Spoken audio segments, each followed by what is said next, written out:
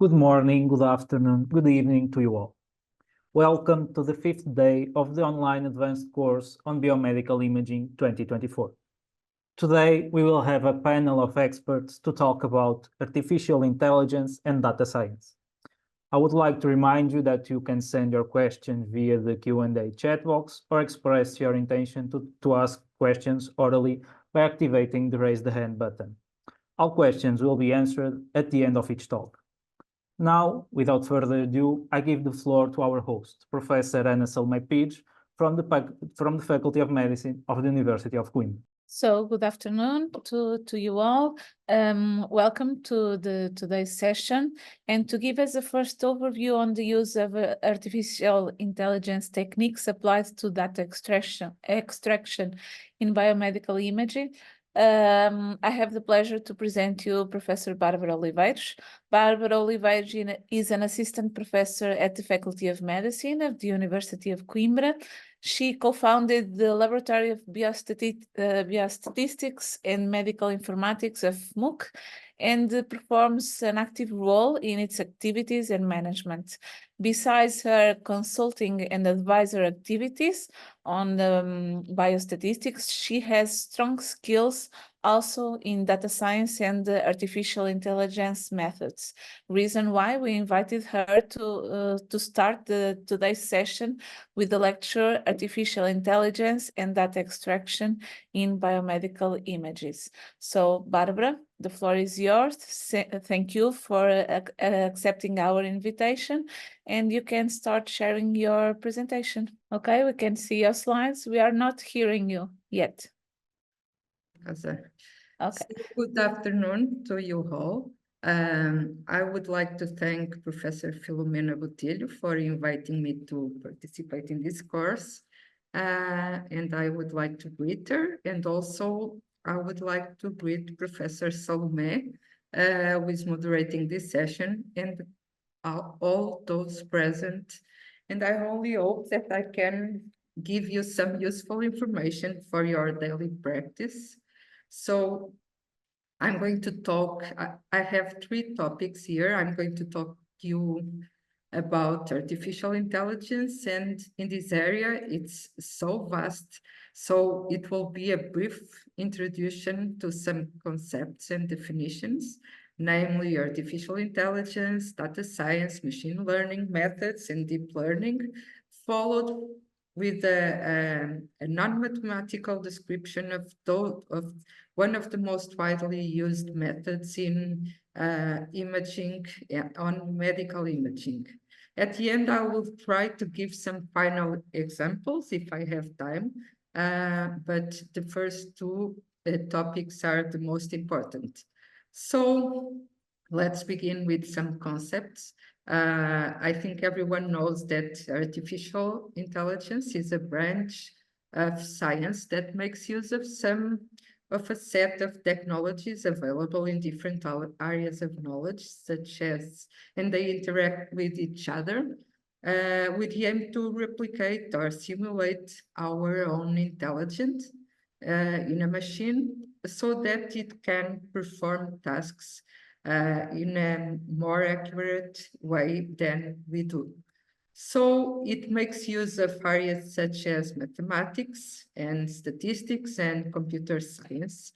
And these ones form the basis of machine learning, but it needs lots of space in storage, either physical or cloud solutions, and makes use of the Internet of Things, like sensors or other things that use internet to communicate. So the main methods used in AI are machine learning, ML, and statistics, which is based on probability theory and measurement of error and variability. Computer science is another high skill that everyone who performs artificial intelligence and machine learning should have. The idea behind this technique is to allow the machines to perform tasks and for that performance to improve with increasing experience, just as it usually does with us. Machine learning methods usually result in a creation of a program. You can see lots of code written in R, Python, or other language. These programs are fed with many and varied data that serve as examples, and the program will train this data to gain experience so that it will be able to discover patterns in data. For example, we can feed the program with image of X-rays, CT scans, etc., and let it discover the most recurring patterns after having trained with many examples so that the error that it commits is minimal or as minimal as possible. Note that the amount of data is not necessarily related to the number of variables. You can have lots of data with few variables, or you can have lots of data with few subjects in your data set. But the machine learning algorithm will perform as better as the more data, more examples it has to train. So it makes use of statistics, computer science, data storage, and these techniques that allow the extraction of information from examples, they feed these programs, and the techniques allow us to visualize the results of this automatic extraction of patterns from examples. And this is why machine learning and data science are so closely related. Many people say that the machine learning is the code or the programs, and the way that we see the results, it's more related with the data science method. So as we defined artificial intelligence, we may define data science. What is data science? When we think about data, many people think about lots of numbers, piles of numbers and equations. And for the majority of people, science is related to laboratories, microscopes, having your head merged into a computer, but this is not what data science is. Data science is more about creativity than about the technique for itself. And it has rare qualities. It takes a set of unstructured data, such as this one, and then it arranges, sort this data, arrange data, and present it with a meaning, with a story that can tell the truth about the results.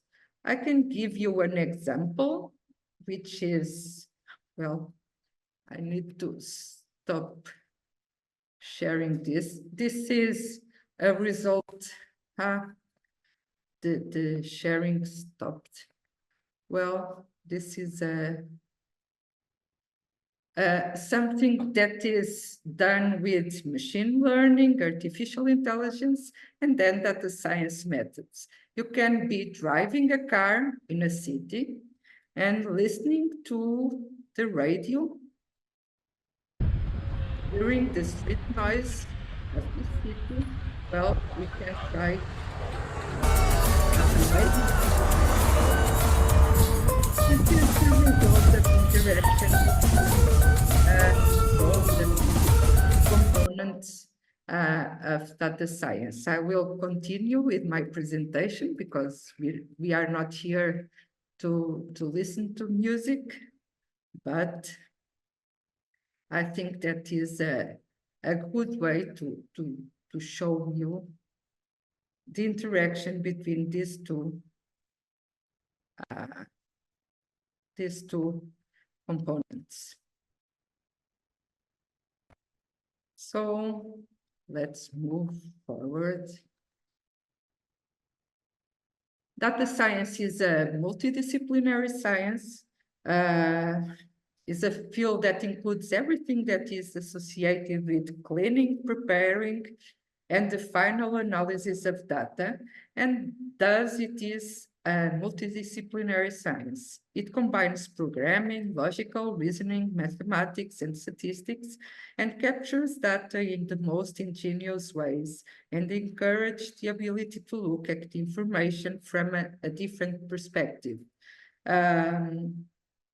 Similarly, it also cleans, prepares, and aligns all the data, or in simple terms, data science is a kind of an umbrella of various techniques that are used to extract information and insights from data. Every data scientist must have all these skills. That's why I needed my pointer here. So every data scientist must know lots about mathematics and statistics, also coding, and of course, this information is completely useful if the person does not know anything about the domain or the field of science that is being analyzed. So data science combines all these areas. So these two, when we talk about machine learning or about data science or about artificial intelligence, we are always focusing in a main area, but with interactions with the other two ones. I'm going to focus now on artificial intelligence and machine learning methods. And traditionally, we have three kinds of machine learning methods: supervised methods, which are task-driven. Perhaps you know about linear regression, which is a supervised method. Unsupervised machine learning or unsupervised learning is more related to identifying groups of data. Perhaps you have already performed some cluster analysis. And reinforcement learning is a kind of machine learning that is more difficult for us to implement, but because it needs an agent or a stakeholder who rewards successes and penalize mistakes.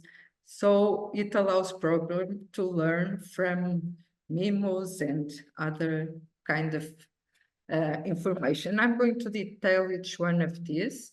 So machine learning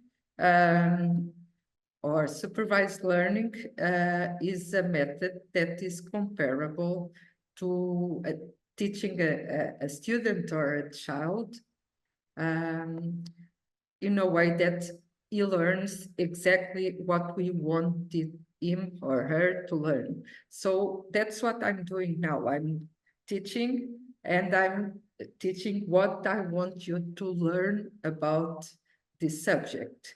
For instance, if you have two groups of individuals, you have to have them labeled. You have labeled data here, okay? That's why it's called supervised, because we know exactly what kind of labels we have on data. Here we have three, but we could have only two. For instance, diseases and controls, or if we want to distinguish between a certain clinical condition, which might be present or absent. And then each one of the individuals have their own characteristics, which we usually call independent variables, more in the area of statistics, but we call them features in the machine learning area. It's the same name it's two different names for the same things. So features, independent variables, predictors are the label data that we feed the model, and then we have the label data, the dependent variable for the model to be training and making predictions, which we want to be as accurate as possible, or the most accurate predictions that we can define. So as examples, these methods, as examples, it might be applied to medical diagnosis, or that's what is used when you get spam emails. There's an area that is increasing, which is sentiment analysis related to text mining, where text is automatically read, and then it's classified as having a good or bad sentiment related.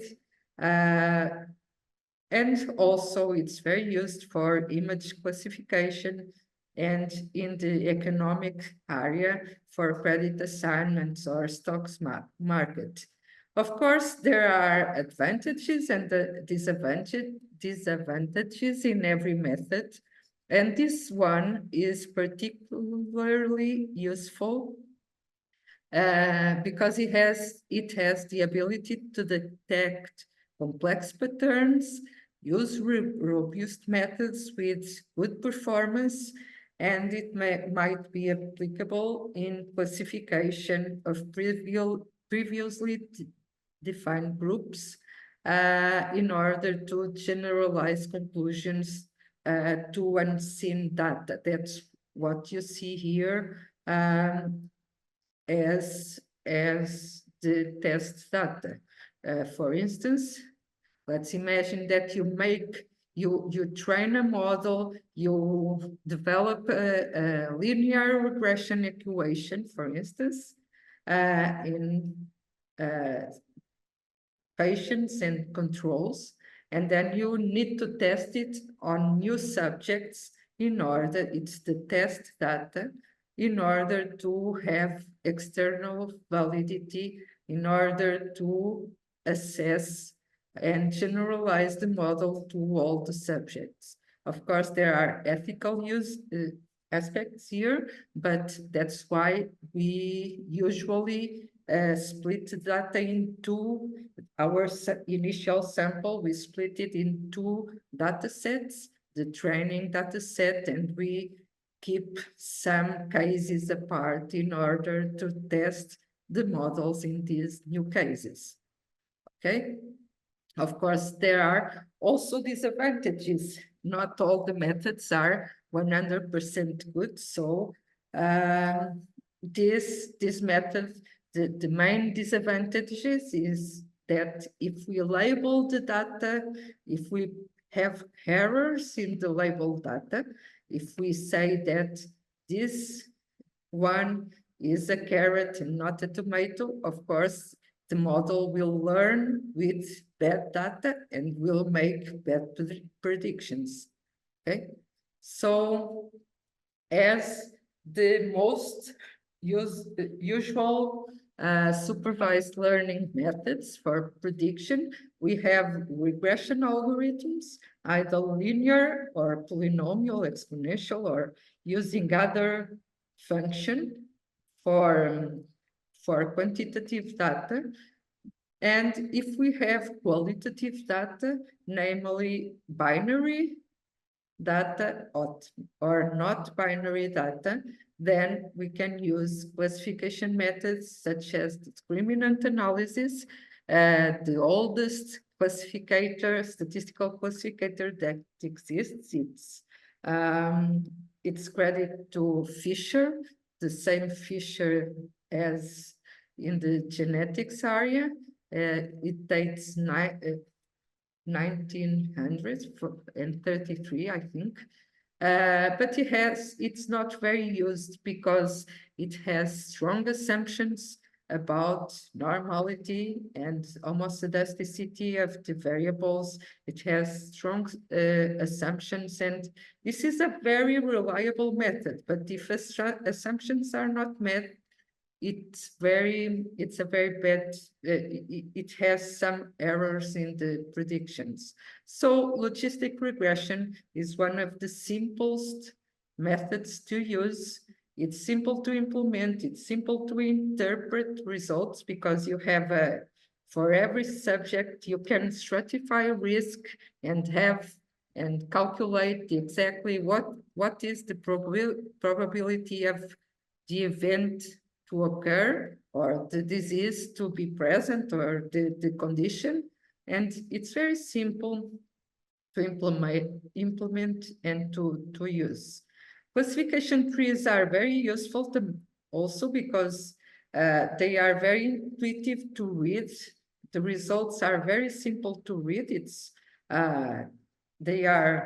comes in a tree with paths that we can follow if yes or no to one way or to another, but they have some disadvantages such as overfitting.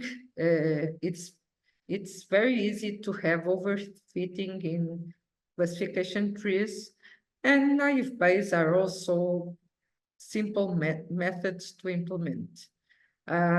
These algorithms require a small amount of data for training, so they are used either in traditional statistics and also in supervised learning or machine learning methods.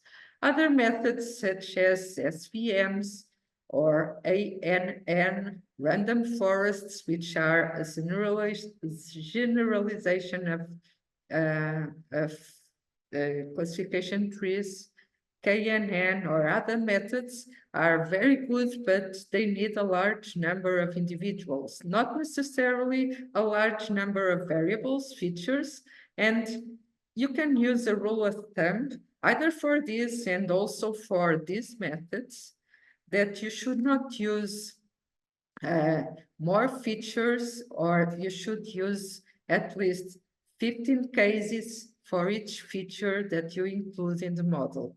Each feature is each independent variable, okay?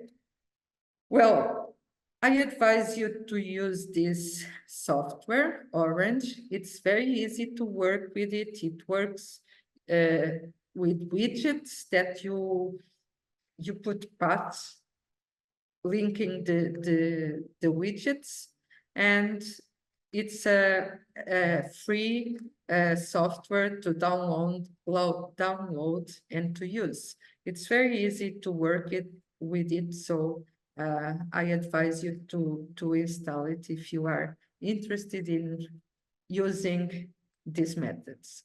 And supervised learning is more related with, well, you have all the data, unlabeled data, and then you let the program find patterns in data and put them into groups. That's what we do usually when we see a group of people. We can say if the person fits in that group or doesn't fit in that group, just watching and seeing how they are dressed or behavior, social behavior. So that's something that we do usually.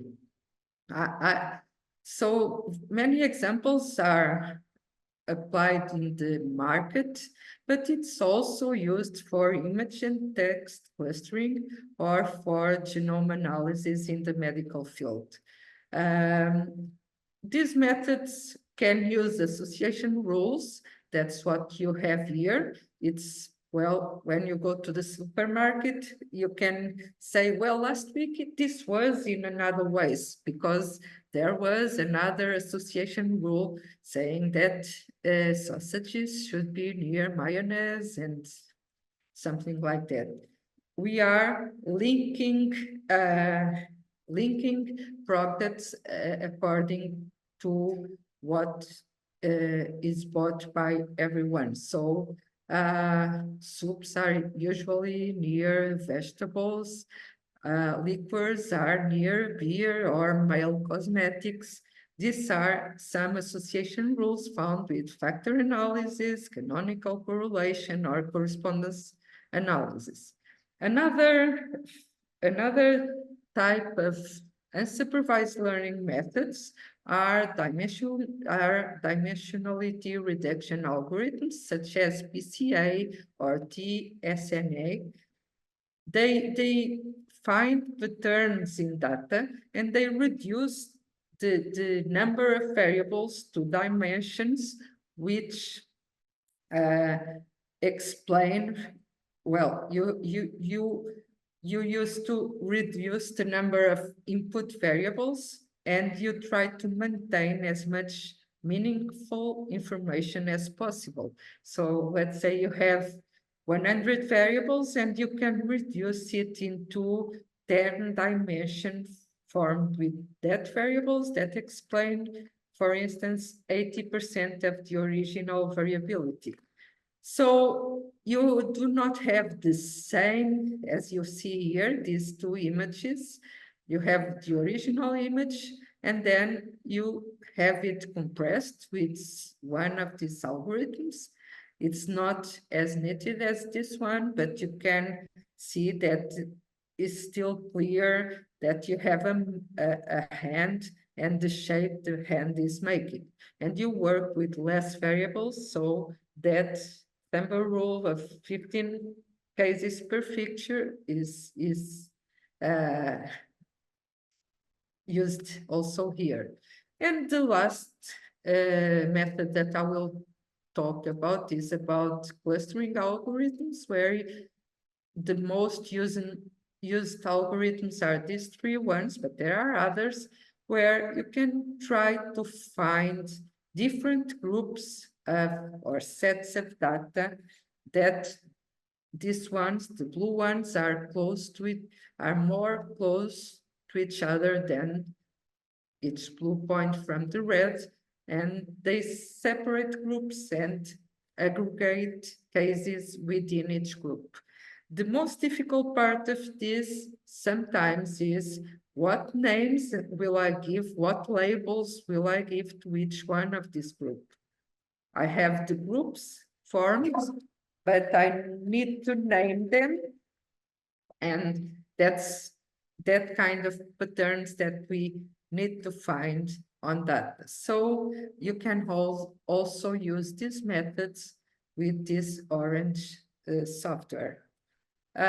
This, just to tell you, this software, it works, the basis behind the software is Python, but you don't need to know how to program, because you just link widgets within each other. Well, I've talked about supervised and unsupervised methods.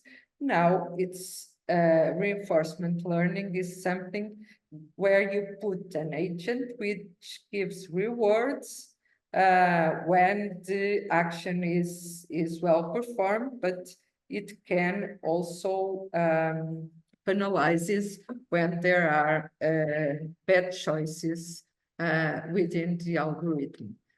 But this I will pass through because we will not use this on deep learning applied to medical imaging. So deep learning, it's a special part of machine learning, which makes use also from the previous methods, but inserted in neural networks, artificial neural networks.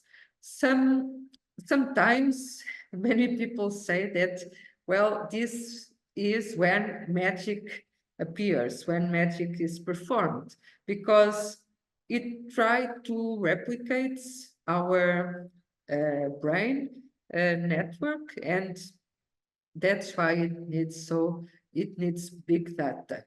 So the great advantage of this machine learning subfield is that with the use of artificial neural networks, the identification of patterns and classification is done at the same time simultaneously. This is much quicker and it's much faster to have the performance of these algorithms, and they perform not just faster but better. But the performance of these algorithms is closely related to the amount of data. If we have data sets as we usually have from patients that come from the hospital, or small trials that we have, we don't need to use ANNs. We use traditional statistics or traditional AI, but without deep learning. We use deep learning when we have large data sets, when we have big data. And big data, as a ancient colleague of mine used to say, it's something that does not fit into an Excel spreadsheet. To have big data, you need to have at least 2 of these 3 V's. You need to have velocity, variety, and a high volume of data to perform, so that these large neural networks will perform, will have a good performance. Otherwise, you use classic machine learning methods, such as the ones that I previously showed you. Some examples, I think I will pass through these examples to show you the ones with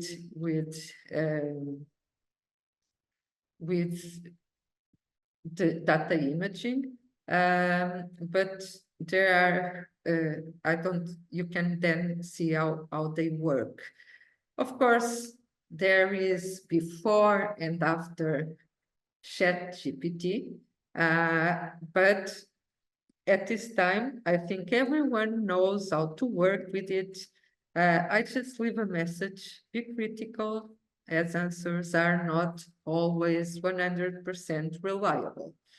So in the deep learning or artificial neural networks, we can have lots of types of neural networks that will learn, be trained, and make intelligent decisions independent of human intervention.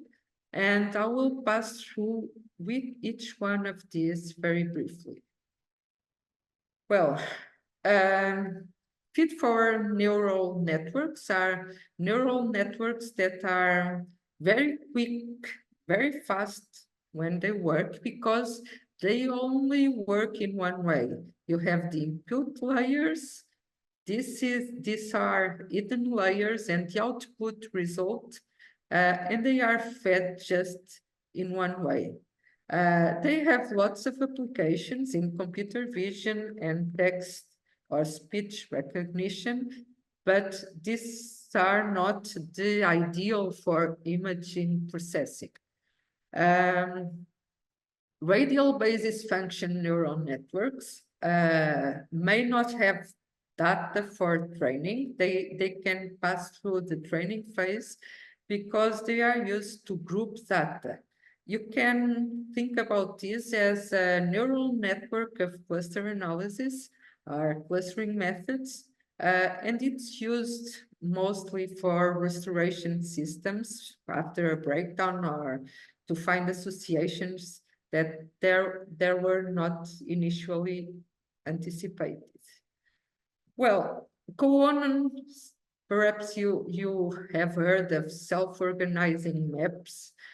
These are co-ordinate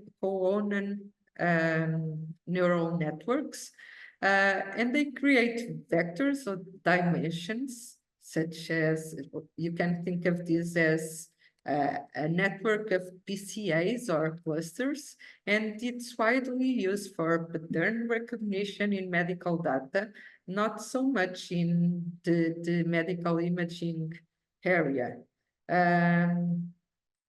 in fact, they reduce the multidimensionality of the original space, and that's why they are very used. Recurrent neural networks. In these ones, they can work in the usual way, feed forward, but they can go back to get some useful information that was behind in order to increment the performance, improve the performance of the one. Sometimes the medical imaging networks used in medical imaging also go back, also have recurrency. So this is a good way to look at it. For instance, this type of neural networks are used in the Lexus car and Google to circulate almost alone. That's the technology that is used. Modular neural networks integrate diverse set of neural networks. It's a mix of different neural networks are often used for facial recognition, but the ones that we are interested in are convolutional neural networks because they are the ones that are most used in the medical imaging field. They use filters that allow the network to remember images from the past. That's why they go back sometimes. They have the image and then they perform a series of convolutional and dimensionality reduction and pooling to split the image in parts and then go back again to try to classify the image as a whole at the end. Well, there are many types. These were the most used. But if you are interested, you can visit this site. It's very detailed, and as I mentioned earlier, in this area, this type of networks are the most used. Convolution in mathematics, it's a linear operator.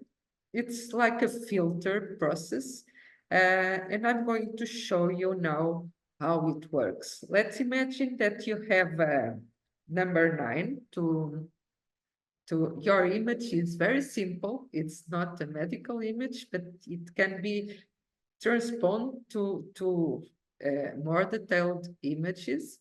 But you could have a mass in a body with this type of with this figure. So you have here, and then you need the computer to recognize this as number 9. So the first thing that is done, the computer looks at this number and divides the image into pixels. So if you have more pixels, you have more resolution, and it will have you will classify this better. This is a black and white image. It could have color, but with black and white, we can use numbers -1 and 1. Well, it's 1 when you find here black, and it's -1 when it's not black. It could be 1 or 0, or you can use 0 from 0 to 255, for instance, in RGB with colors. And then the computer fills each pixel with the number 9.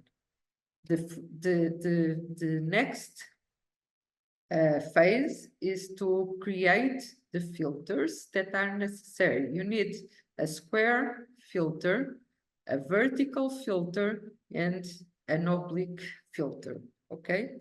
You have to, I'm sorry, I forgot to translate this, but you have the circular pattern the vertical line and the oblique line, okay? And then the convolution operation is applied to one of these, to each one of these filter. You have to perform convolutional, the convolutional operation with this pattern, and with this pattern. So number 9, with the circular pattern, you have this, and the operation is very simple. You just put -1 + 1. You multiply the numbers. It's not a matrix multiplication. It's case by case or square by square, pixel by pixel, and you take the mean. If you multiply this one by this one and sum up all of them and divide by 9, you get this number.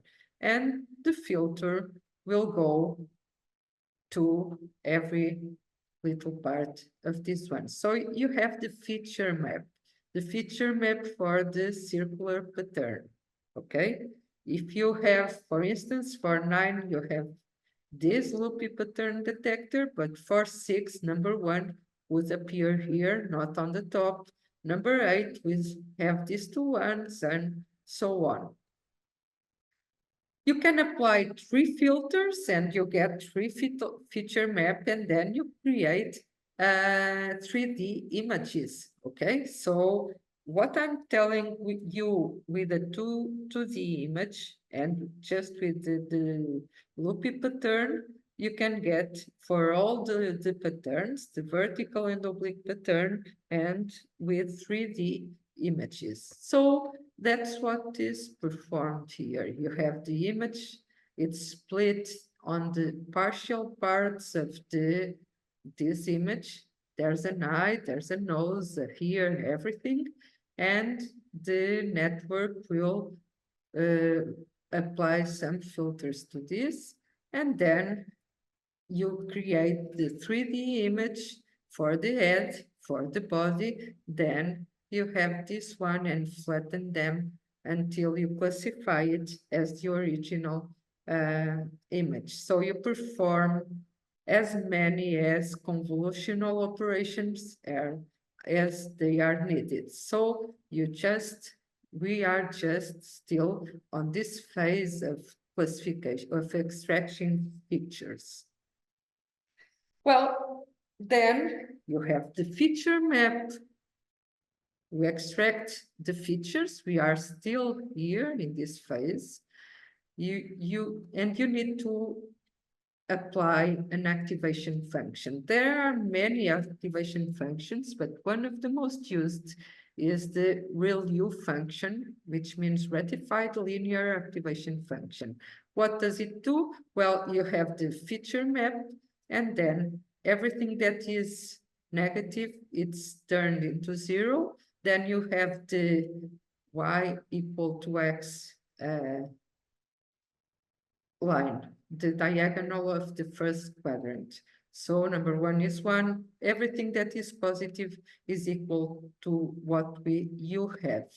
The sigmoid function is also very used, but as activation function, but it performs slower. So most of the times the ReLU function is one of the most used, but you have many functions to apply as activation functions. Well, but most of the people use this one. So you have the feature map, then you use the activation function, and then you have to do the pooling. Some of the most used operators for pooling are the maximum or the mean, the average.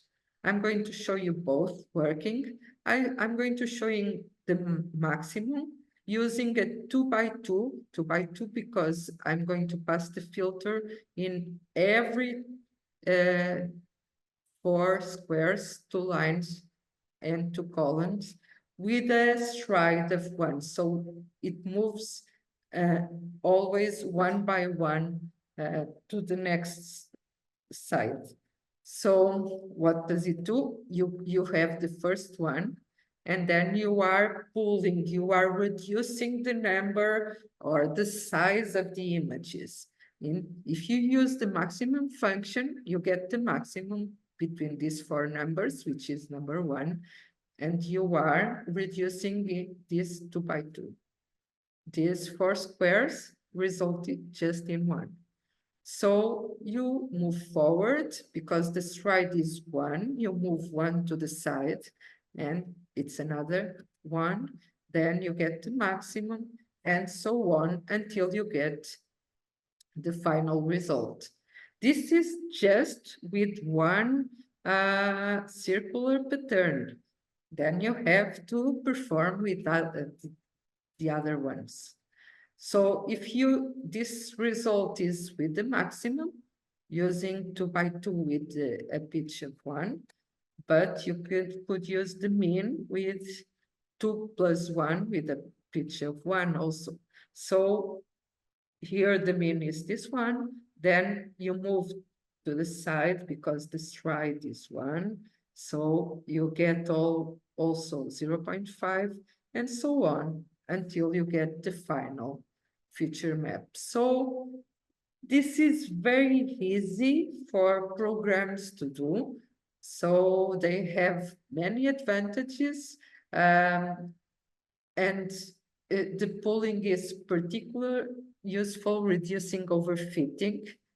Of course, there are some disadvantages, such as this algorithm does not work well when we have the numbers, when we have numbers and writtens, or when we have images that can be rotated like this, or if you have a mass that usually is like this and then it becomes something like this, it can perform badly. Well, to get around this, you just need to provide more and more and more training examples so that the algorithm can perform well, okay? So to summarize, we have been extracting features, now we need to classify. And how do we classify? Well, I think this is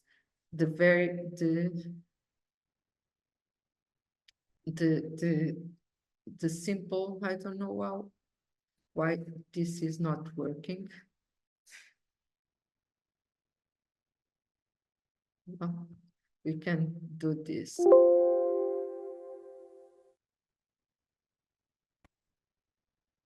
I can change.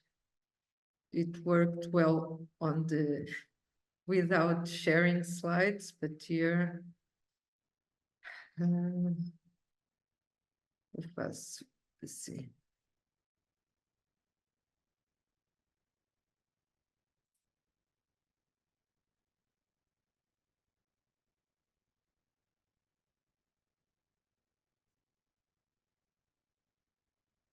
Well, this link worked well.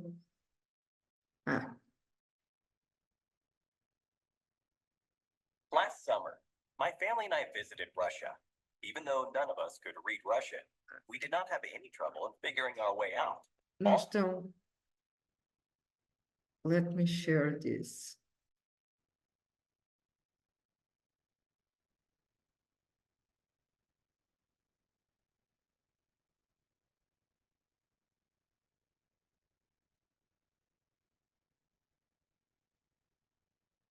All thanks to Google's real-time translation of Russian boards into English. This is just one of the several applications of neural networks. Neural networks form the base of deep learning, a subfield of machine learning where the algorithms are inspired by the structure of the human brain.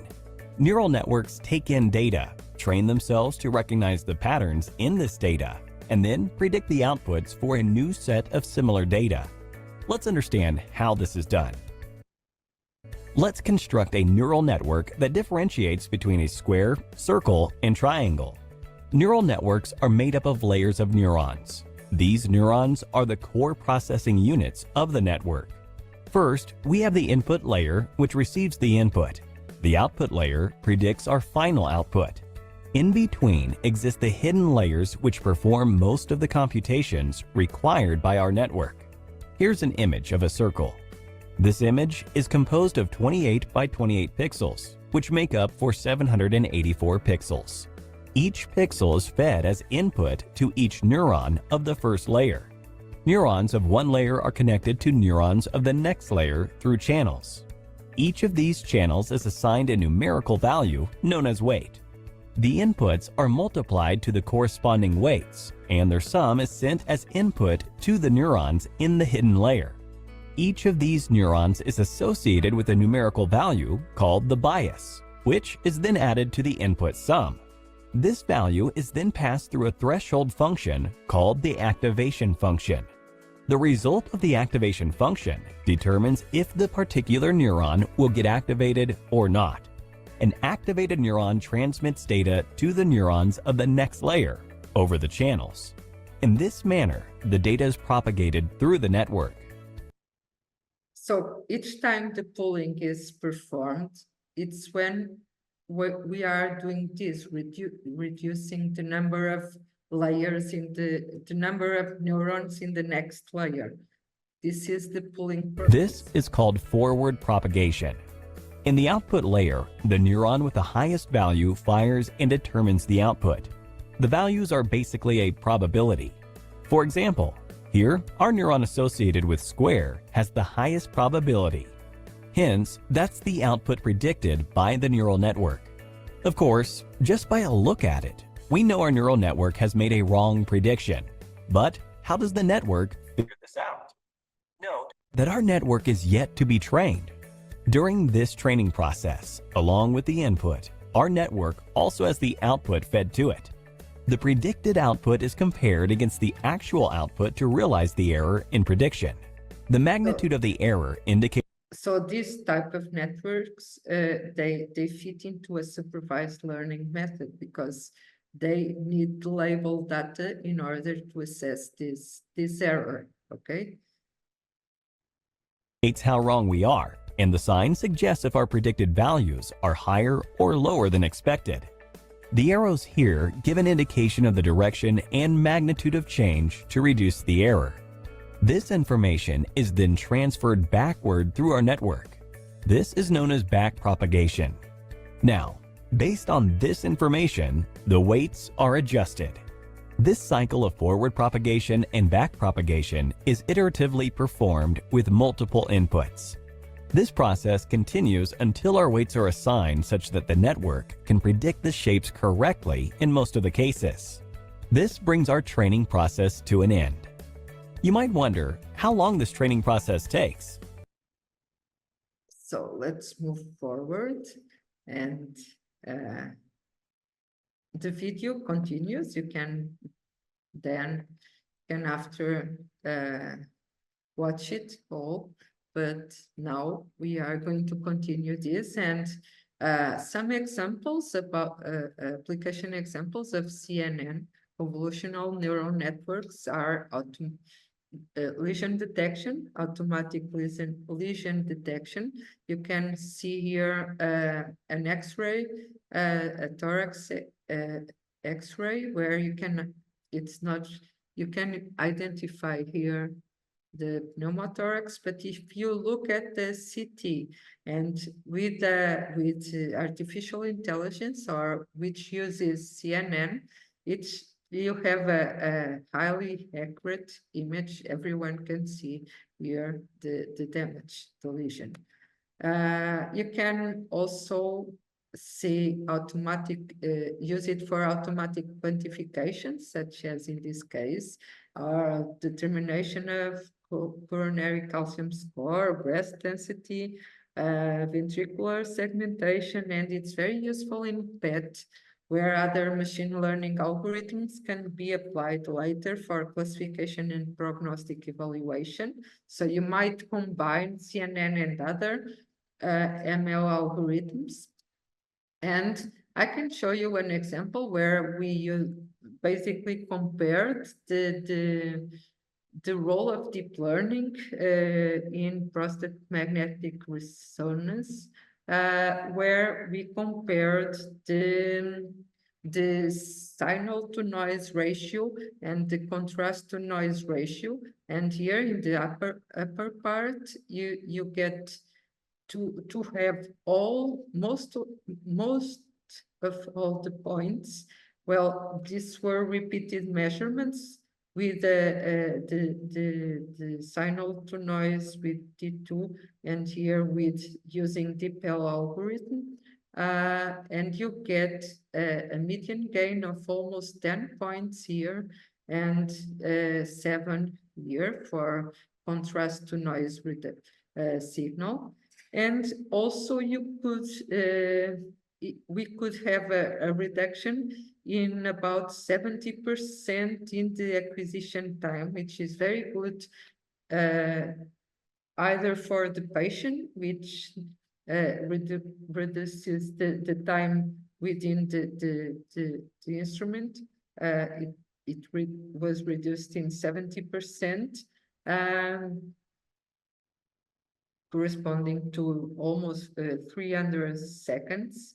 And also for the clinician, which is, it can get more diagnosis more rapidly. So traditionally, these algorithms will tend to increase or to be incorporated in every image device. I don't know if you know, but the artificial intelligence as a method was only the FDA just recognized artificial intelligence as a diagnosis method in 2019.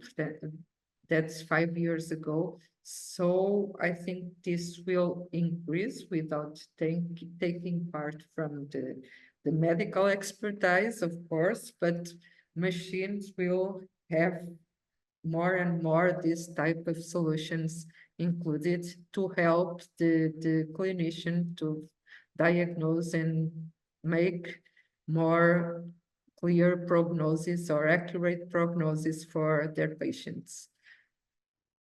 Well, I think I'll end here. I have some other examples, but not for imaging, other types of diagnose without imaging. So I think I'll stop now and ask if there are any questions or doubts. So we can repeat the thank you so much, Barbara, for this nice overview. We have here a comment. Great talk. Thank you very much. I would like to know more about the advantages and disadvantages of using CNN in medical images. In which situation can it be used, and situations when it can induce error. Well, I think that the main issue is the amount of data that you have to train the artificial network. Because if you do not have many data to train, if you have a small amount of data, well, each image has lots of pixels, so you always have many data, but you need to have many images from the same patient or many patients in order to assess accurately or to have the CNN to perform accurately.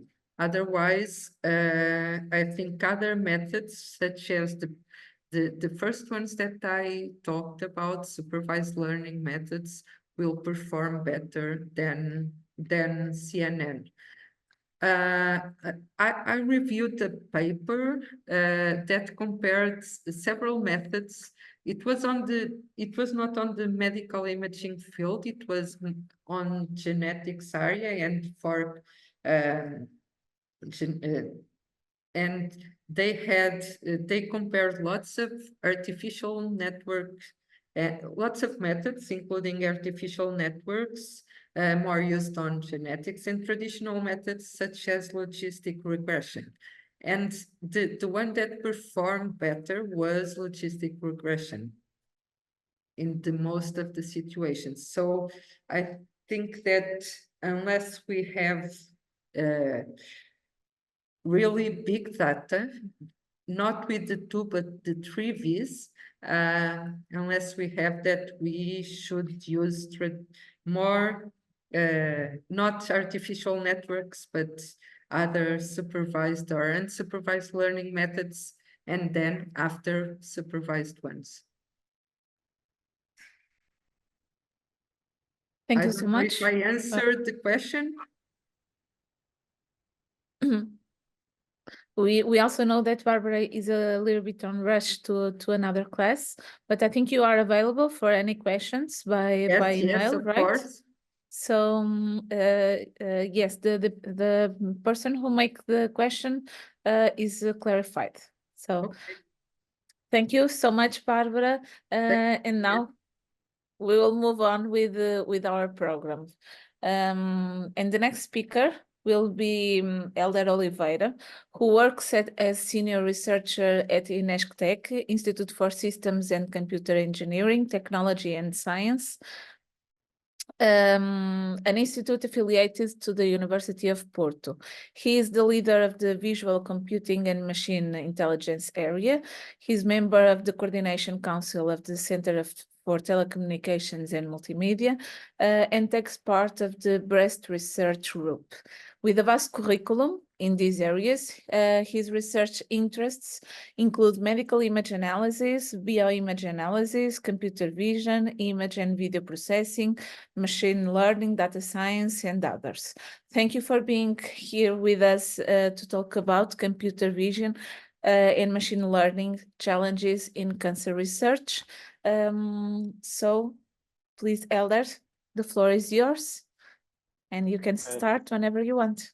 Thank you. Thank you very much. And first of all, thank you for this introduction and also for the invitation to be again in these seminars. So I will share this my screen. So hope are you seeing my screen? Okay. Yes, perfect. Okay. So so let's start for the presentation. So I will focus my presentation talking about the challenges of computer vision and machine learning on cancer research.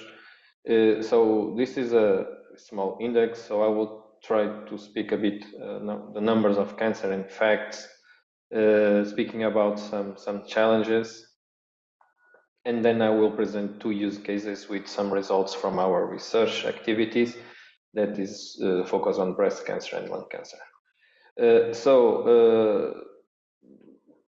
You already present myself. So I'm a senior researcher at INESC TEC, but also assistant professor in Faculty of Science, University of Porto, in the Department of Computer Science.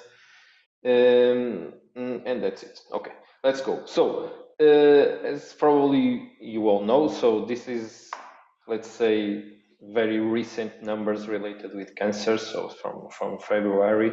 So even the numbers, these numbers are published in 24 are from 22, so there is always a gap between the numbers and when they are published. So but if we look to the incidence of cancer, you see, for example, lung and breast and colorectal are the most, let's say, more frequent cancers. And besides, the incidence is increasing. So in each year we have more cancers that are, let's say, detected. The mortality is decreasing. Okay, so and this is due to the mostly related with early detection, but also with the treatments. Okay, and so the techniques are much better than it was in the past. The early detection is proved that is very important for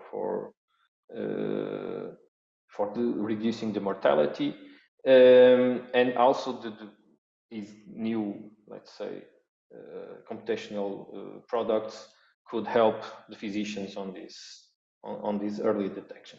There is a very interesting fact. You see, for example, breast cancer. That is, so these numbers are for males and females.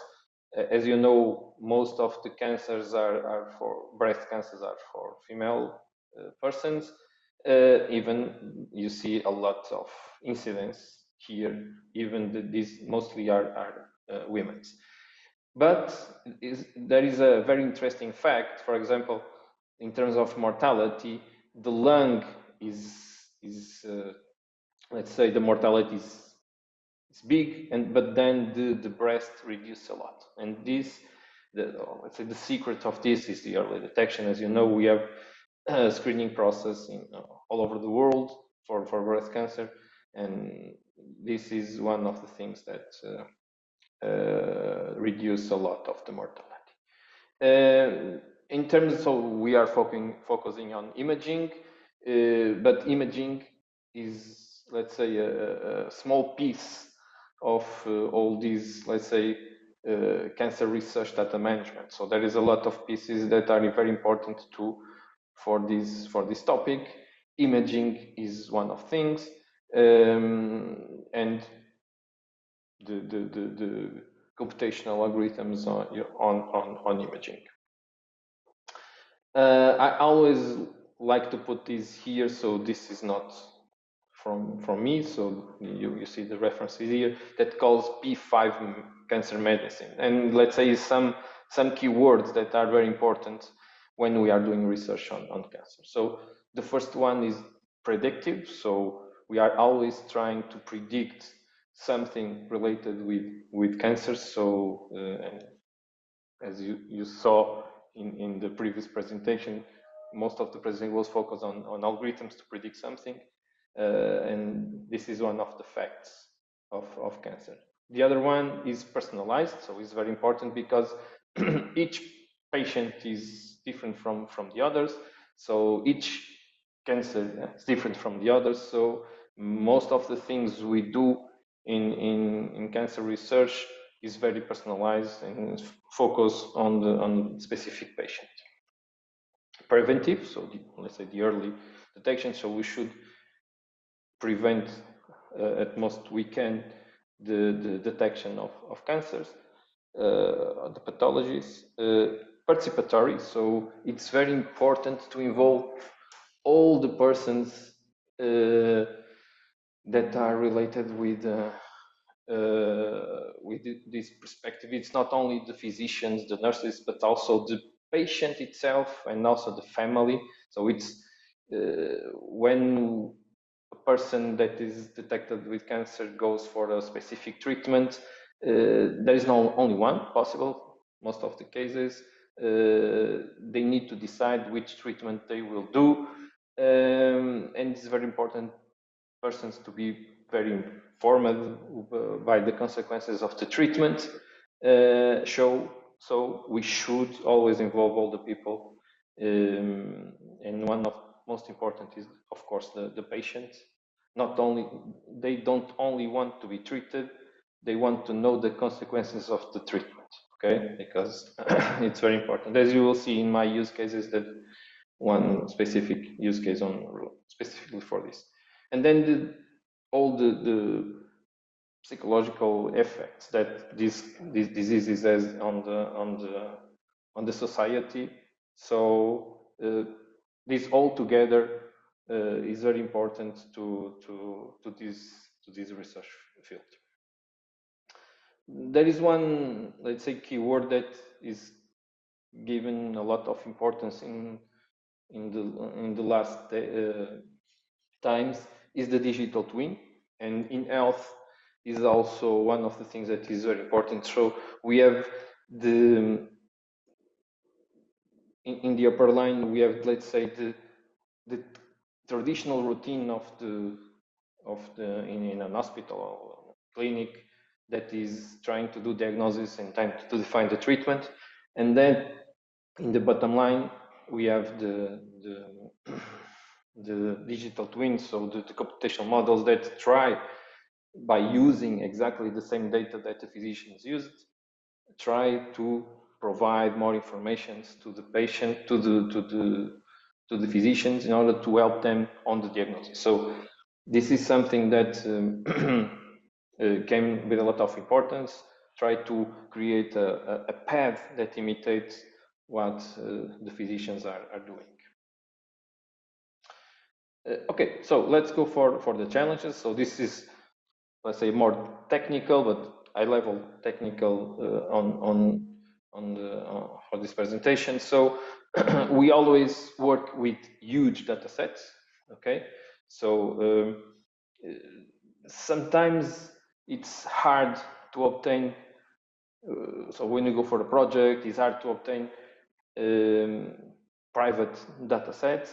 There is a lot of legal and restrictions on obtaining data and share the data. Okay, but there are, let's say, a couple of data sets that can be used as a public, or if not public, public with agreement, or private but using with agreement. Most of them came from US, that they have different rules from Europe, and trying so for us as a researcher, it is good because facilitates the obtaining data for our research. So, but when we have a lot of data, and this is, let's say, easy to obtain when we go for specific cases, we need computational power to run our algorithms. So our algorithms, as you saw in the previous presentation, are with a lot of parameters, the deep learning ones, that then it's very hard to train it. So we need computational power, and so this is a big challenge, not only on developing architectures to run on GPUs, but also to have the GPUs, and because it's very expensive, okay, to have this. The other one is the missing or weak annotations. So to run supervised algorithms that are, let's say, the most important ones when we are developing algorithms, we need the annotations, and having annotations is quite hard. So it's an overhead for the physicians, because we cannot do that as a computer scientist. We must ask the physicians to do the annotations, and it's very demand, let's say, for them, and because of that, it's very hard for the algorithms. And sometimes we have these different kinds of annotations. So we could have so here you see a lung X-ray. You can have a segmentation of the lung, the nodule, or you can have a sparse annotation by informing more or less where is the nodule, the position, or you can have a weak annotation saying there is a nodule, yes, but you don't know where it is. So this creates very difficult. So they are very different in terms of difficulties for the algorithms, and that's why, for example, then we should try to use semi-supervised approach or generative approach in order to help on this process. Segmentation is a very old problem, so probably one of the first problems that were attacked with computer vision, but is always something that is needed for each pipeline when we are trying to create algorithms for medical images. So that's why it continues to be a challenge, and it's even a great challenge because, for example, providing an algorithm for a specific data set could be easy, but if you want to create an algorithm to run with different data sets, algorithms that need to generalize for different data sets, that is very, very complicated. So that's why it's always a big challenge. Another challenge is the image registration. Okay, so and in some cases you want to register images from a same patient, but images that came from different devices, sometimes with different, let's say, perspectives, and it's important to, and then you can have geometric deformations that must be dealt, and again, this is always a big challenge on this. Then we have the ensemble learning. So sometimes we don't know exactly which models are the best ones. In some research, some researchers try to have different machine learning models that runs with the same inputs, try to provide an output, and then we try to combine the outputs of each of the models to create a final decision. So this is also very interesting. Another challenge is related with data sparsity, missing and anomalous data. So it's very hard when you are dealing with a medical data set to have exactly the same conditions, even in the same hospital. You don't have exactly, so for example, each physician defines different, let's say, features or characteristics of the data. When they are annotating or creating reports, sometimes they do differently, even in the same hospital. And you can imagine when you are talking with different hospitals in different countries. So this is quite hard when you are doing machine learning algorithms.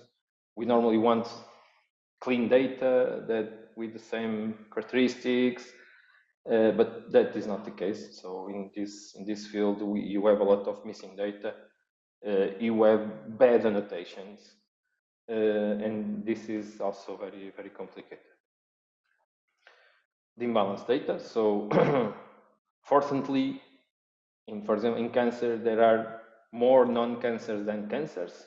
And in some cases, the difference is very high. So for example, when you go for a screening on breast cancer, the difference can go for 10% of cancers to 90% of non-cancers. And the algorithms don't deal well with this difference between labels, okay, between classes. And we should try to define algorithms that to deal with this. And sometimes, if the difference is very high, it's very hard. Another very interesting topic is the multitask learning. So instead of, for example, you have a problem that is predicting cancer in X-ray, lung X-ray, you start by segmenting the lung, then you segment the nodal, then predict using the nodal, then predict if it's cancer or not. So instead of doing this in 3 different tasks, then if you have an error in the first task, then it goes for the second one, and then so try to do this as a whole. So there are some researchers that focus on trying to solve the different tasks as a whole, and this normally creates very nice results instead of doing this sequentially.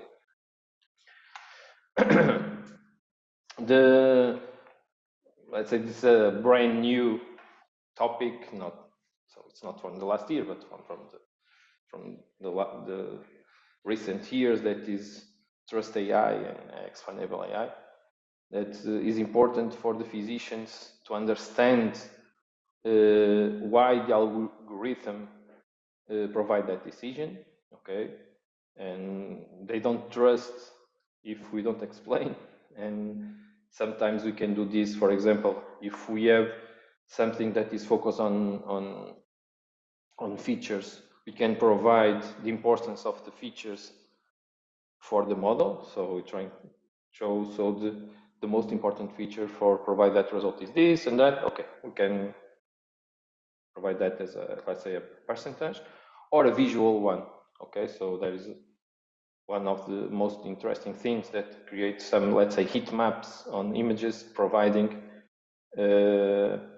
informations from the regions that the algorithm uses to provide that decision, or regions that you define that we don't need to use these regions because there is no important findings there.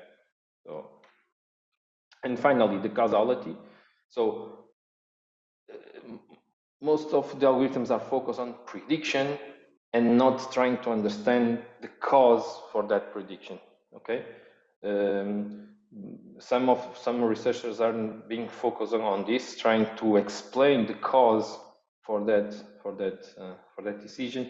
So it is a combination of the findings and a combination of some features that correlates with the outcome, trying to explain the cause for that. Okay, so let's go now for more, let's say, visual part of this presentation, that is presenting the use cases. So in our research, we have been focused on several cancers. This is more or less ordered by importance. So we have breast cancer, lung cancer, cervical cancer, prostate and colorectal, pancreatic and neuroblastoma. And we have a lot of partners that we collaborate, so clinical partners that we collaborate from all over the world. In breast cancer, that is one of the areas that we have been focusing more on this research. So it starts in 2003 or 2004, before I entered in the group. But in this field, we touch a lot of areas in the pipeline of breast cancer. So starting in computational pathology, radiological image analysis, surgery planning. So trying to have some tools to help on the planning of the surgery, on reconstruction surgery, but also on conservative treatment. Then some work on surgery evaluation and rehabilitation. Okay. So in computational pathology, computational models are very important because these images are quite big. So this came from, let's say, a biopsy that you extract some tissue from the nodules in order to evaluate the characteristics and type of cancer. Okay, so these are, let's say, very big and heterogeneous images, and there are a lot of research on helping the pathologists on providing information on this analysis.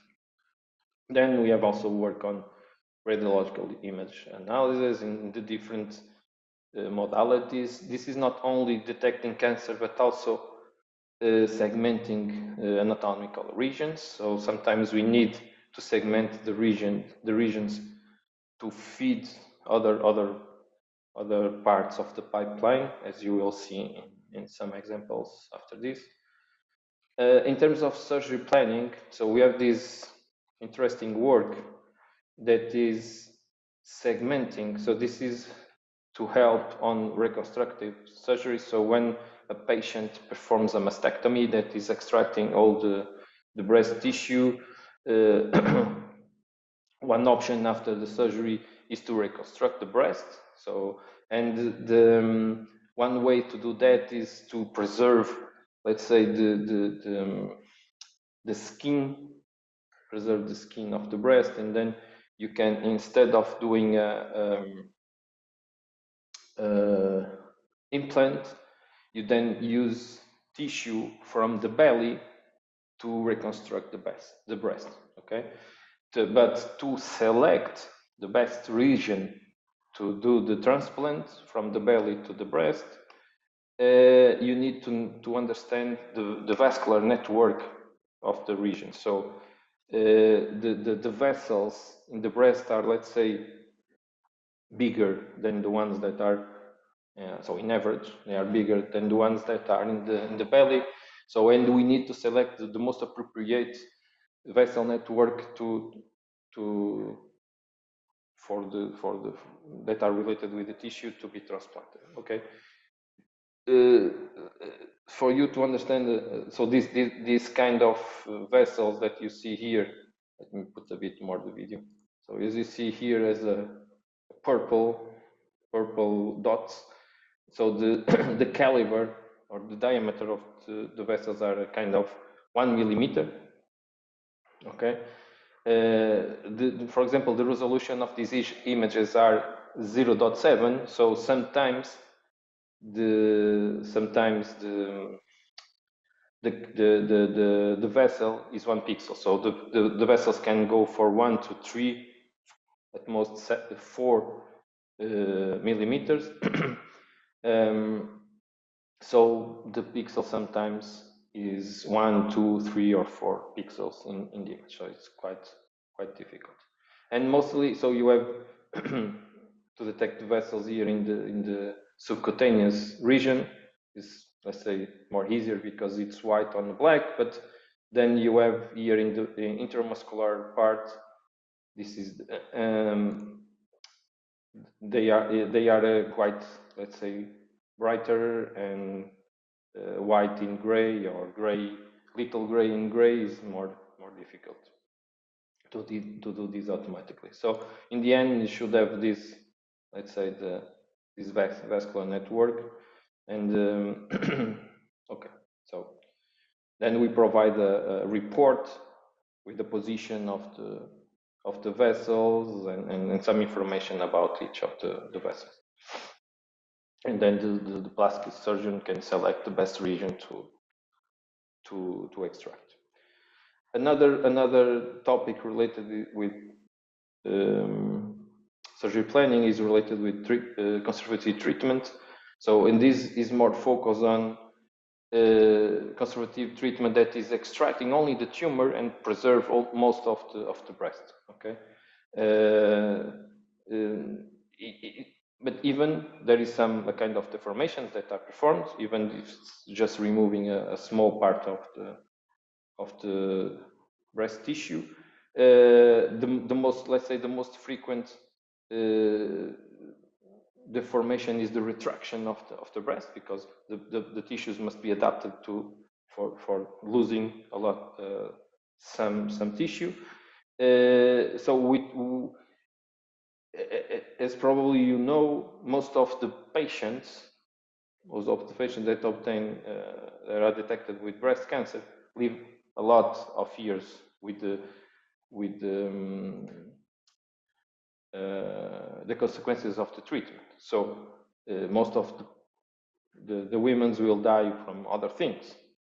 So they need to live with this. So it was not the case some years ago, but now it is. So it's very important to deal with aesthetic when you are performing a breast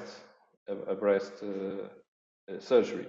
So our idea was to create a tool that could help the physicians to interact with the patients and explain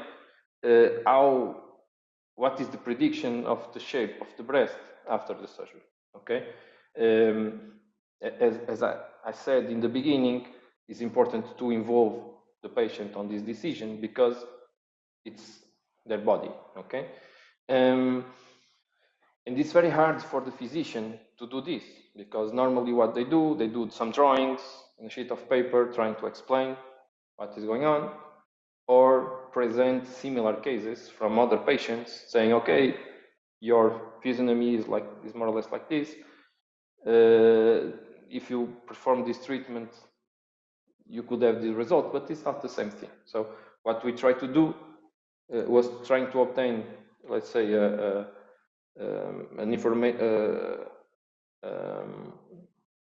3D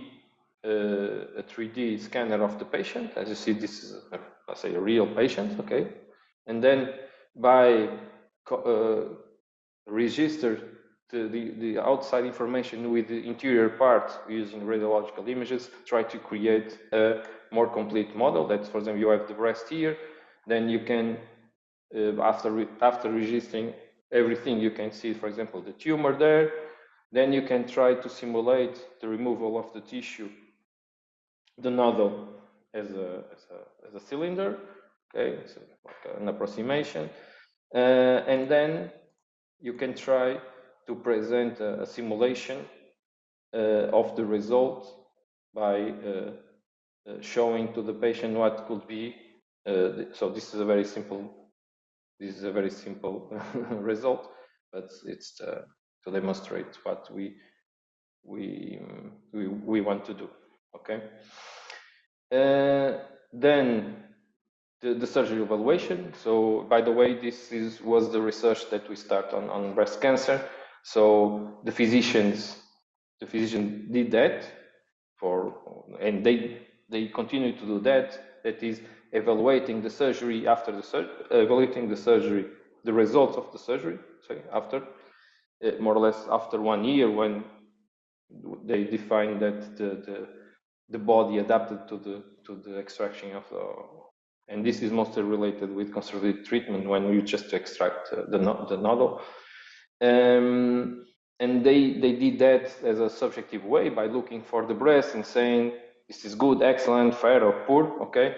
What we did was trying to create some algorithms that by segmenting the breast, so imagine that the operated one was symmetrically equal to the one that was not operated, and then we try to create some machine learning models that try to compare one breast with the other.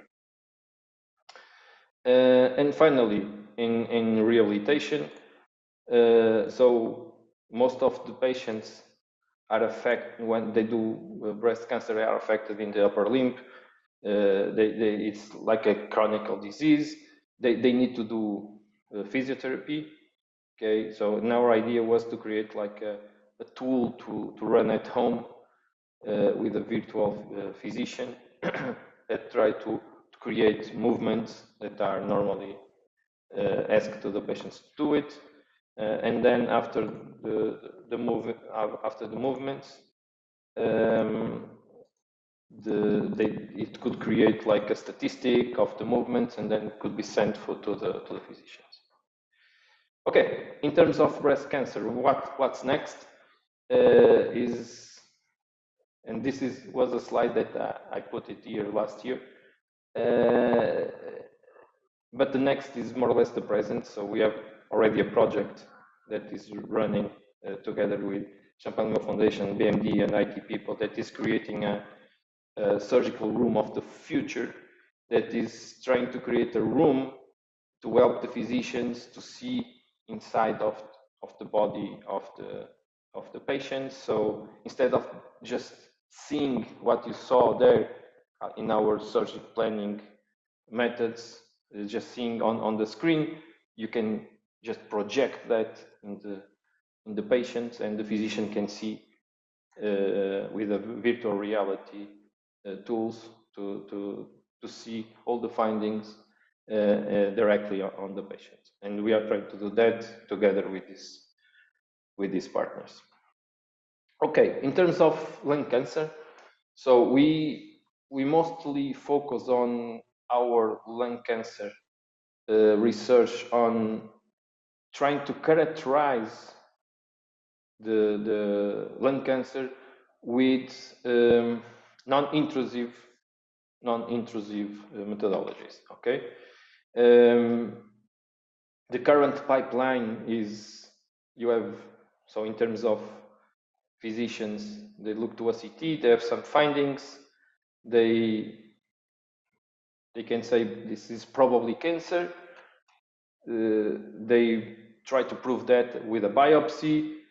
Then after biopsy, you can check if it's cancer or not, and you can understand what are the mutations that are present to characterize that, because you need to understand all the characteristics of the cancer to decide the treatment. Okay, so you don't treat the cancers with the same treatment. It depends the mutation, the type of cancer. So all of that information that are needed. And as a routine, the biopsy is the ones that you need to check that.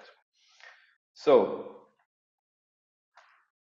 after the biopsy and after deciding defining the gene mutation status, you can perform different treatments.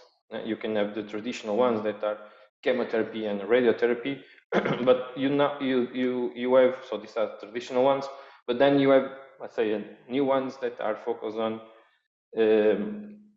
target therapies specifically for specific cancers. Okay, and it's very important because there are, let's say, drugs in terms of lung cancer. Most of the cancers are treated without surgery. Okay, so it's drugs, and there are very specific ones for specific cancers. Okay, that's why it's very, very important ones, and some of them are already approved and are being used as a routine with the patients. So this is what, in terms of computational models, what was being done in the past, focus on defining if it's benign or malign. So if it's cancer or if it's not cancer. But this is something that physicians can more or less do by looking to the images. In opposite, you have this radiogenomics. That is, let's say, our focus on terms of research, that is looking to the images and try to characterize in terms of genomic the cancer itself. So it's not, so all of patients that we analyze here are with cancer, so it's characterizing the cancer itself. And this is something that it's not visually possible to do it by the physicians. So this is not, let's say, not so beautiful as the other use case, because this is more algorithm thing, not so visual tools. But our idea is trying to avoid biopsy, at least in the first stage. So the idea is not to remove biopsy, so it's not that. Biopsy must be done always to prove that is because this is a ground truth one. The idea is to try to have early detection when physicians are trying to understand if it's cancer or not, and they do a lot of exams before go to a biopsy. So there is a long process before doing a biopsy, and we can try to, let's say, in an early way, provide, let's say, a probability of being a specific mutation before doing a biopsy. That is, let's say, our main goal. For that, of course, we did a lot of research on malignancy prediction using, let's say, traditional CNN models, also combining with the unsupervised ones, or using a multitask, more recently with a multitask approach, and with the multimodality approach, also not only the image, but also the clinical data that is provided by the reports of the patients, and also the history of the patient. Then it's very important to do segmentation, because for the detection of the mutations, we should only focus on specific parts, normally the lung. Okay, so it's very important to have algorithms to segment automatically the lung, so we don't need to look for the other regions. So as I said in the beginning, one of the challenges is to have an algorithm that runs with different data sets. So we can have, let's say, different machines acquiring the exam. Patients can have, besides cancer, they can have other pathologies that could affect what you see visually. So we have some algorithms to deal with that by using different data sets, as you see here, some data sets. And another way that is using some data sets for training and others for testing, that is also very, very challenging. Then we try to go for other pathological findings other than cancer or mutations, other important informations that could be related with pathology. We also did some work on creating artificial data using generative models on 2D but also on 3D. That is, let's say, very challenging algorithm because it must run with a high computational process. Okay, so for example, you see, for example, here with 1/4 of the resolution, we have the algorithms running in 17 days. Okay, so this was, I think, in a result from 2 or 3 years ago. Then the EGFR mutation. So, for example, we have a result that is detecting a specific mutation only with images. That now it goes until 80%. Okay, so in terms of probability of accuracy on detection of specific mutations. So 80% is quite interesting because it's something that the physician cannot do. Okay. So then, of course, we also explored explainable models on this topic. Okay, what next on this topic? Okay, so this could go for something that is so trying to avoid biopsy. Okay, but not only focus on imaging. This is, let's say, more focus on blood and focus on microbiome and INESC. Okay, so we are also working with some partners on liquid biopsy, that is basically just exploring the information that are providing on blood and trying to use it as a early procedure. So liquid biopsy is being used for advanced cancers in some hospitals, even in Portugal. But we are trying to explore this also on trying to put it as early as possible. Then to wrap up, so I just forget to put the animation there. So this is the project that we had since 2007 in related with cancer. This all funded projects. The ones that are here are the first ones are the ones that are running. So some Portuguese and European ones. So we have a lot of experience on cancer research and with different cancers as well. Okay. And then, so this is what we think that could be for the next days. That is the digital twin and the never-ending learning. So this is something that this is always changing. So we cannot run or train a model when it comes a new patient. So this should be something that should run as a online learning or never-ending learning. The algorithm must adapt it with the new information that comes to the algorithms, and we are trying to do that in this European project that we are leading. So AI for lungs, that is not only focused on cancer, but is focusing on respiratory diseases, that we are trying to create a digital twin for these specific pathologies. And that's it. If you have interest to see more about our group, we always have some open positions in our group. So if you feel that this is very interesting, or even for collaborations. So please free to contact me, and you can go also to our website. And that's it. Thank you very much.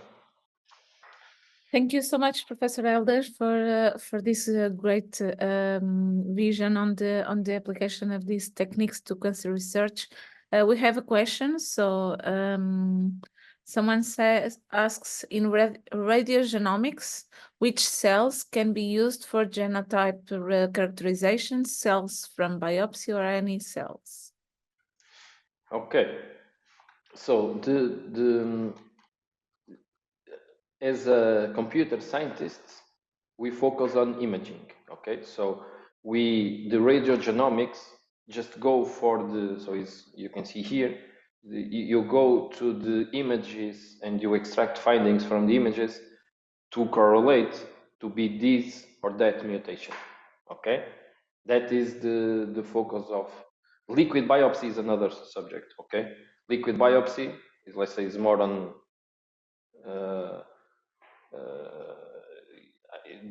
by the way, the institution that is dealing with that is the I3S.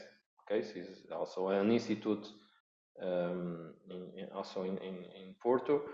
The collaboration between us and I3S is just understanding the data that comes from the liquid biopsy. Okay, but in terms of radiogenomics, is just imaging findings, just that.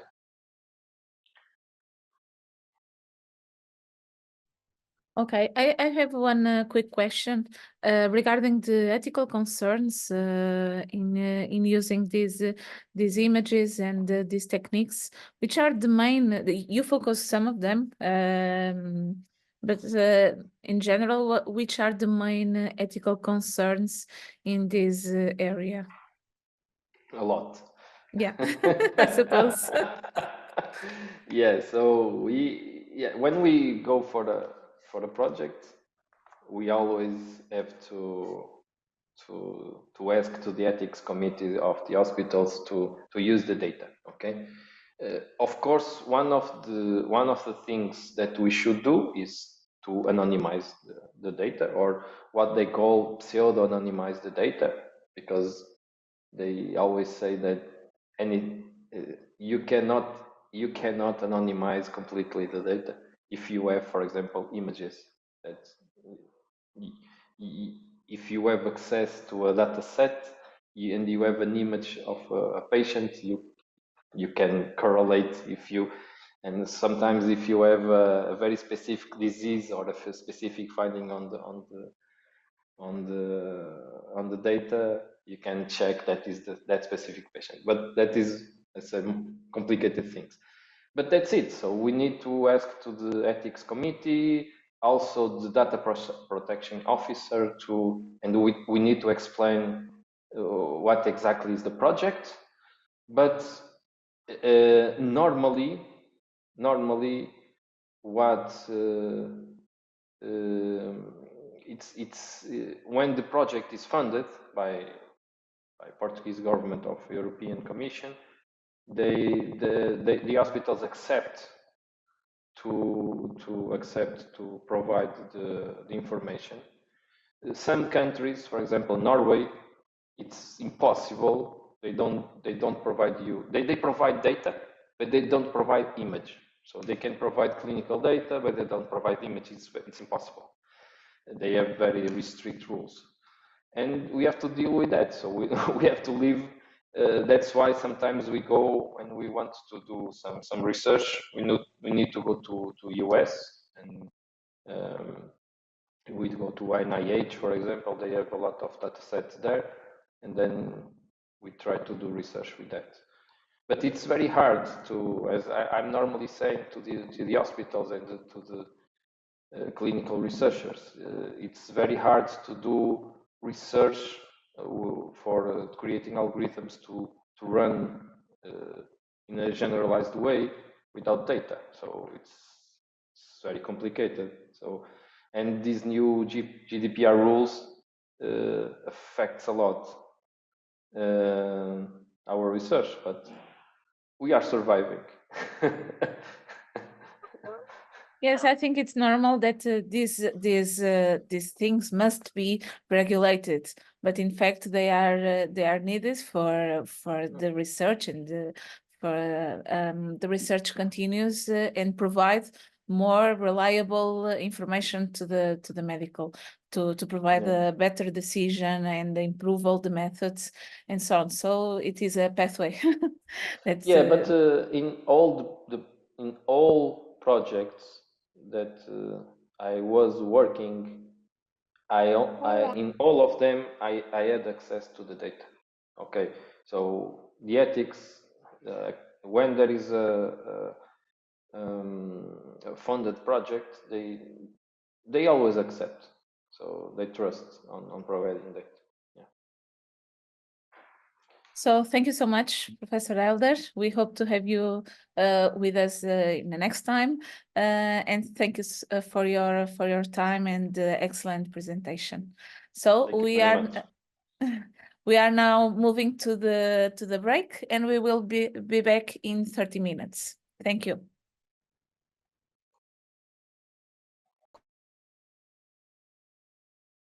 Thank you for your attendance to the second part of our session today, dedicated to artificial intelligence.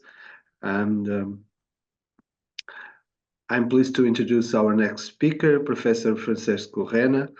Professor Francesco Rena is an assistant professor at the University of Oporto and a research at INESC TEC Oporto. Is specialized in information engineering and has been working in artificial intelligence, notably on the application of deep learning techniques in sound, with a particular focus on health. He has worked and is currently working on several health research projects, spanning from myocardial assessment through cardiac auscultation and ECG signals to gastric cancer diagnosis. He has extensive expertise in AI applied in health, and today he will be discussing the AI challenges in heart sound processing for cardiac diagnosis. We are honored to have Professor Rena as our distinguished speaker, and I would like to express my gratitude for his presence in this course. Now it is my privilege to invite Professor Rena to take the virtual stage and share his invaluable insights with us. Please, Professor Rena, whenever you want. So first of all, thank you very much. Good afternoon, everybody, and thank you very much for the very kind, very warm introduction. It's actually my pleasure to be here and to have the opportunity to talk a bit about some piece of research that we have been doing in our lab, and it's the pleasure and an honor to be part of this prestigious scheme in collaborations between UT Austin and Portugal. So let me. So shall I just share my screen? Can I? Yes, please. Okay, let me just do this. I hope the presentation is being. Yes, we see the presentation. That's great. So thank you very much. As I was saying, today I would like to talk about possible challenges that are in the use of artificial intelligence for sounds, and actually for a very specific problem, and in particular for the use of cardiac auscultation signals to do screening and monitoring of cardiovascular disease.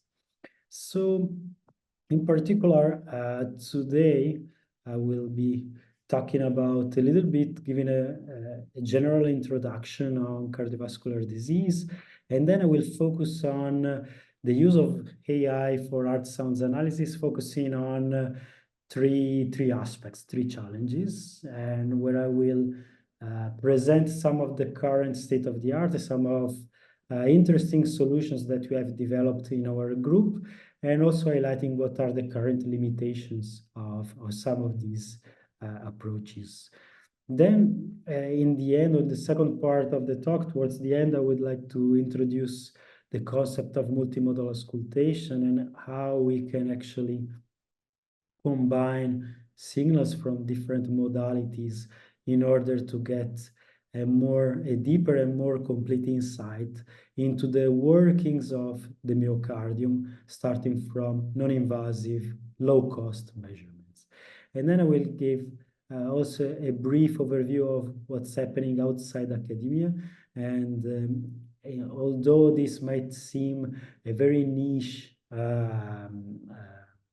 research scope, actually there is quite a lot of movement going on in the market and also outside academia.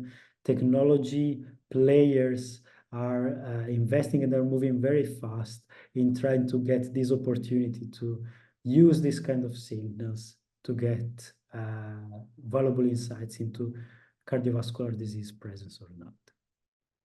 So first of all, I would like just to briefly introduce why motivation of why we are so much interested in cardiovascular disease. And I think that the leading reason why this is of our interest is because cardiovascular diseases are actually the #1 cause of death globally. And actually over 3/4 of them take place in low and middle income countries.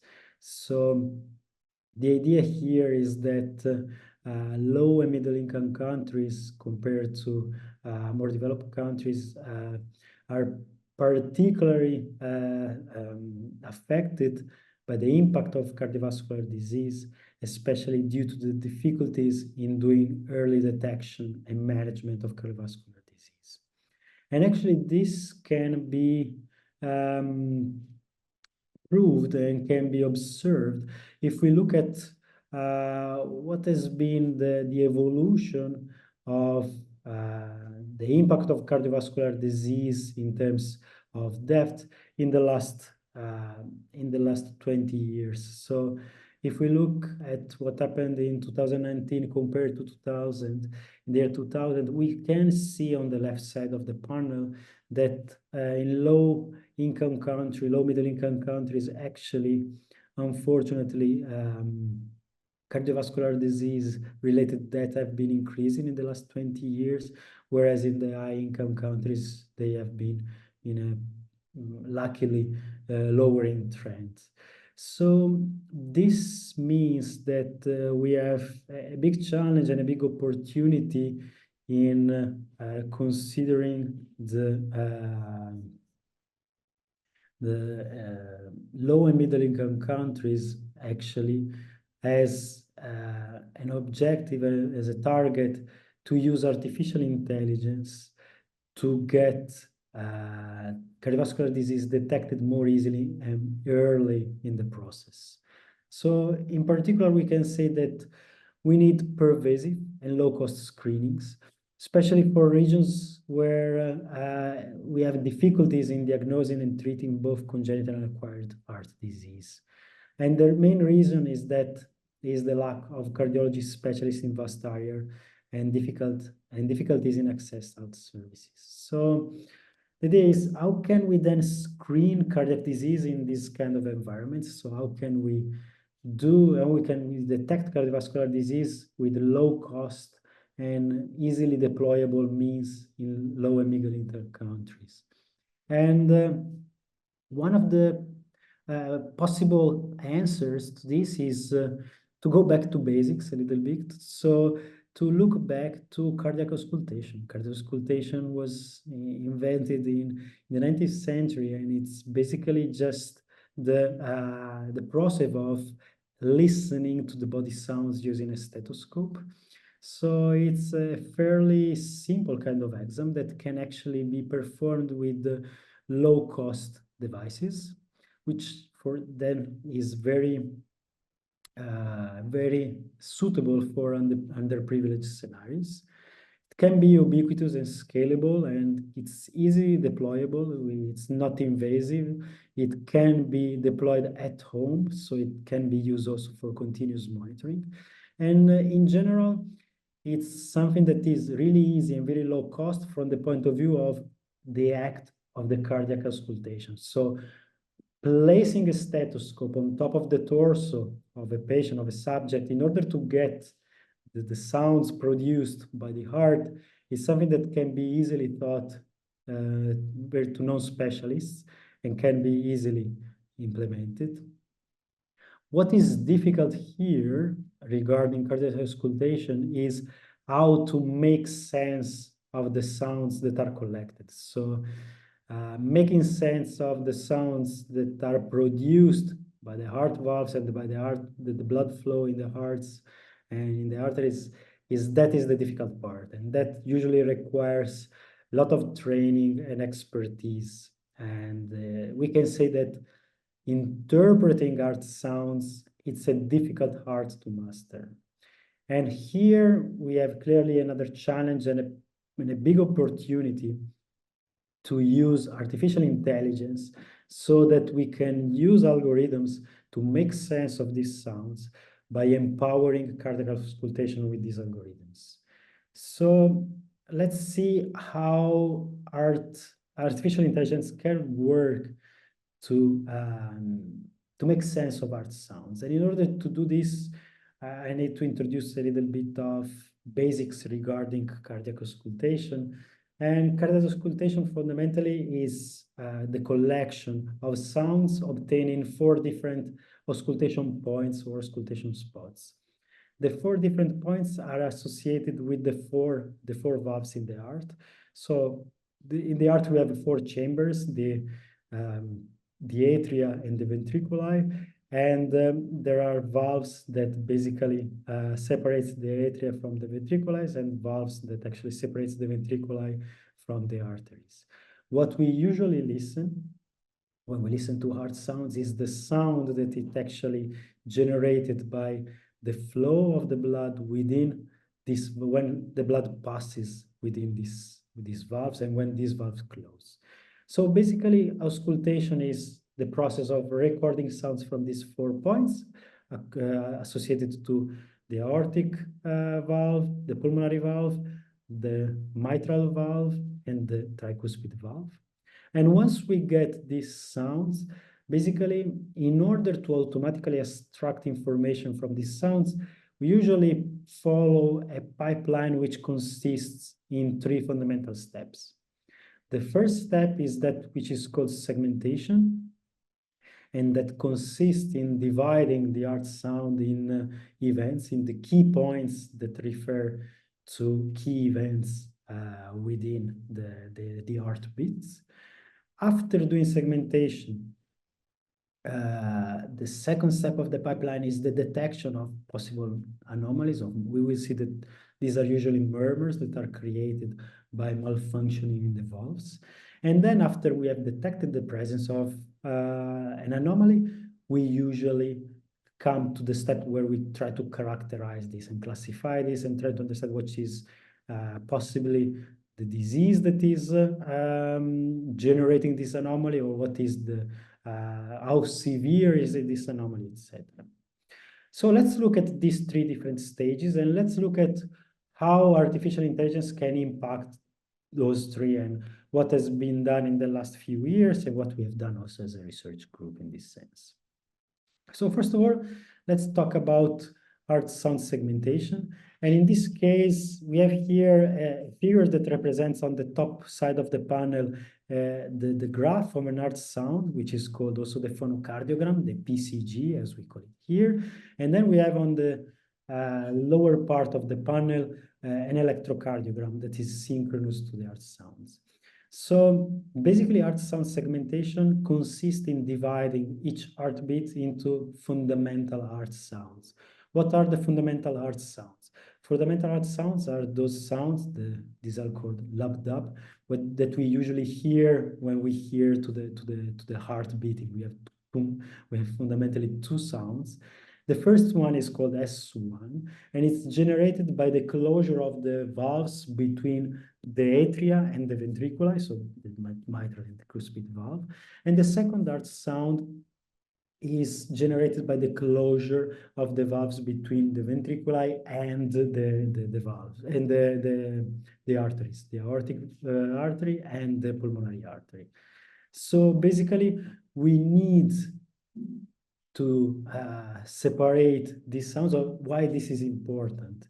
This is important because we can fundamentally separate the components of the heart sound, and we can then extract features as specifically associated to heartbeat intervals. For example, if we know when an S1 sounds end, and so we know that the interval between the S1 and S2 sound is the interval called the systole, which is corresponding to the contraction of the ventriculi, where basically the blood is pumped out from the ventriculi to the arteries. If we know when this interval starts and ends, we can get fundamental information about that. For example, we can know about the presence of turbulence generated by malfunctioning of the valves. These are called murmurs. We can know about the time duration of this interval gives information regarding how well the ventriculi are contracting, etc., etc. So we can extract features associated to specific heart interval, or we can detect anomalies associated to actually the expected morphology of fundamental heart sounds. So we will see towards the end, for example, of this presentation, that it can be very interesting to look at the second heart sound and look at specifically the morphology of that part of the heartbeats in order to get information, for example, about the pulmonary artery pressure. And in order to do that, of course, we first need to segment the sounds and determine the events. And actually, it's been seen recently that even end-to-end classification tasks that aim only at determining the presence of anomalies can be improved by first considering the separation of the different fundamental components.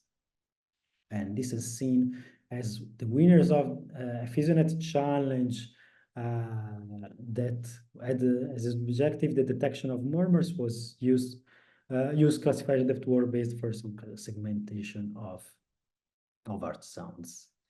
So if we look at the objective of segmenting heart sounds, we see that previous approaches in the literature use peak-picking algorithms that basically were looking for peaks in the sounds and use a heuristic to extract the peaks, or feature extraction plus classification models, or statistical sequencing models based on hidden Markov models and hidden semi-Markov model. But more recently, let's say, starting from the deep learning revolution, deep learning solutions and more modern artificial intelligence solutions have been applied also to this problem. And we can see that actually, if we apply a model which is called the UNet, which I'm showing here, which is probably very familiar to many of you that are working with deep learning applied to imaging and imaging segmentation. By using these kind of models, actually, we have quite nice results in terms of segmentation, and we can actually use this kind of artificial neural networks to segment heart sound signals without needing to require ad hoc and heuristic peak-picking approaches or heuristic ways to determine features applied to classifiers. And we actually, in our group, we evaluated the use of this kind of approaches against two other statistical approaches, those based on hidden Markov models, and we've seen quite a bit improvement in the performance. For example, we have seen here that we are able to replicate the real sequence of S1, systole, S2, and diastole states in a much more with a much higher fidelity with respect to other models based on hidden Markov models. For example, here, the green dashed line represents the correct sequence of states within these heart sounds, and the blue line represents an algorithm, the output of an algorithm based on sequential statistical modeling. And this is shown to over-exaggerate the duration of the diastolic interval, whereas if we use CNNs, this is shown to perform much better. So, okay, this it's an interesting result that shows that, okay, we can actually use artificial intelligence to improve this step of art sounds recordings analysis. At the same time, we wanted to I would like to highlight here one very fundamental limitation of what we have been doing and what also the literature have been doing in this sense. So, and this is something that is a little bit more general than AI applied to art sounds, but it has a very, very interesting and very clean interpretation if we consider art sounds analysis. So we have just shown that we can use a fully data-driven approach, basically based on convolutional neural networks, to give, to segment with high fidelity art sounds. But the idea is that a fully data-driven approach, it's just basically extracting relevant patterns automatically from the data. So our algorithm and our training algorithm is completely agnostic to the physical process, to the actual physical process that generates the art sounds. It simply looks at art sounds and learn to recognize what are patterns associated, for example, to the presence of an S1 and an S2. But it might not be trivial to introduce in this kind of approaches, fully data-driven approaches, some domain knowledge that we might have a priori regarding how our observations are produced.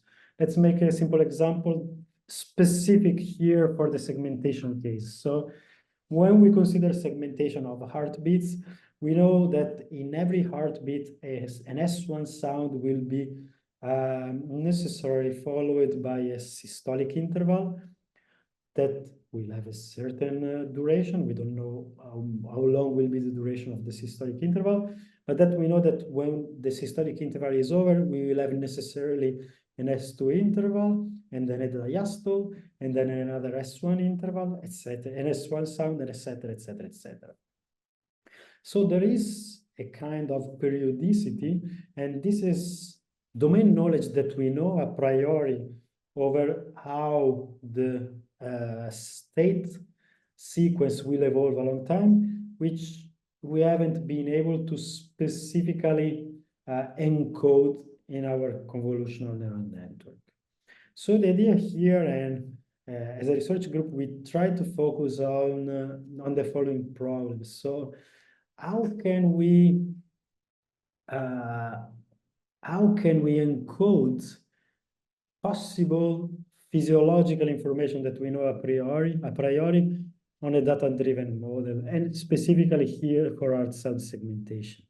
And the idea here was to propose a hybrid model, which is half data-driven and half model-based, which basically combines a hidden Markov model, which specifically and explicitly encode these transition probabilities that I have discussed so far. So the fact that once we have an S1, either we stay within the other S with this sound, or we go to a systole and we do not go to any other state, and so on and so forth. And we wanted to combine this explicit statistical model with a data-driven neural network. So basically, we present a combination between hidden Markov models and artificial neural networks, where the artificial neural network is used to model what are called the emission probabilities of the hidden Markov model, which is the probability of observing a particular signal given that we are in a state. So basically, we use an hidden Markov model to represent the probability of the transition between state 1 and state 2 and state 3 and state 4. And we use a deep neural network to generate the probabilities of seeing a particular signal given that we are in a state. How do we do that?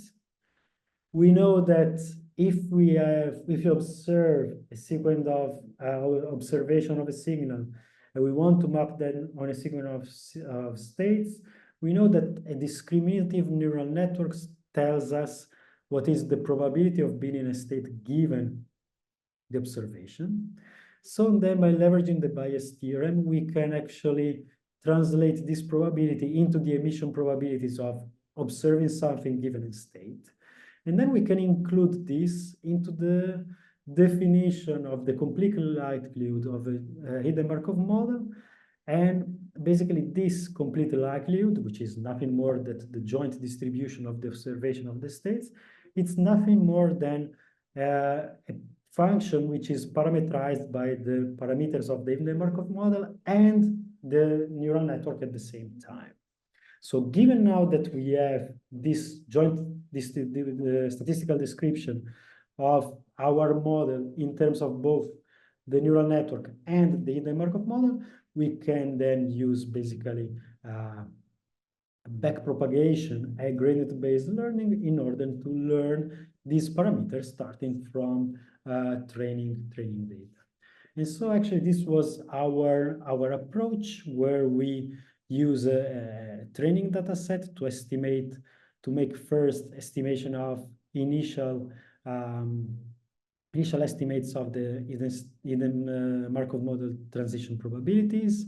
We initialize our neural networks parameters, and then we jointly train them using the definition of the joint probability distribution. And actually, we use then after that also the train model. We call this Markov-based neural network in order to do inference, so in order to decode the state sequence from the observations. And actually, okay, we can see that we can also do fine-tuning with unlabeled data, basically just trying to optimize the marginal distribution of the data of our observation. And okay, basically what we have shown is that we get improved performance compared to only data-driven approaches and only statistically explicitly methods that use statistically explicit models by combining both of them in this our end-to-end learning approach. So to close this part of segmentation, the idea is that, okay, it's important for us to try to include prior information into data-driven models. We can do that specifically for this particular problem, and we can improve performance and robustness of the models by doing that. Then let's go towards the second step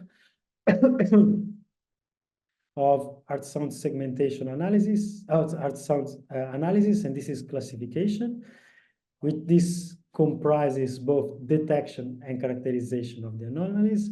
And the idea here is that from the observation of art sounds, we can actually infer information regarding a set of various possible cardiovascular disease, and some of them are aortic stenosis, aortic regurgitations. They are basically mostly associated with valve diseases. So whenever a valve doesn't close correctly or doesn't open correctly, basically the blood flow through this valve is turbulent, and this generates sounds, unexpected sounds, which are called murmurs, that we can recognize from the auscultation and we can characterize. So as you can see, we have different kind of disease here, different classes. And this means that, okay, if we want to use modern AI approaches, as you are all well aware, we need large data sets required to learn how to discriminate among these classes. And okay, to use a very, very rough rule of thumb, I would say that we can have reliable performance if we have around thousands of patients for each class. And this is because we have very high interpatient variabilities, and this implies a strong limitation of current approaches. So current approaches are really data hungry. They really require high numbers of data points. And the scarce amount of public available data sets of high quality of annotation was actually a limitation that we incurred, that we observed in the current situation. So one of the possible solutions that we saw as to face this kind of a problem was the following.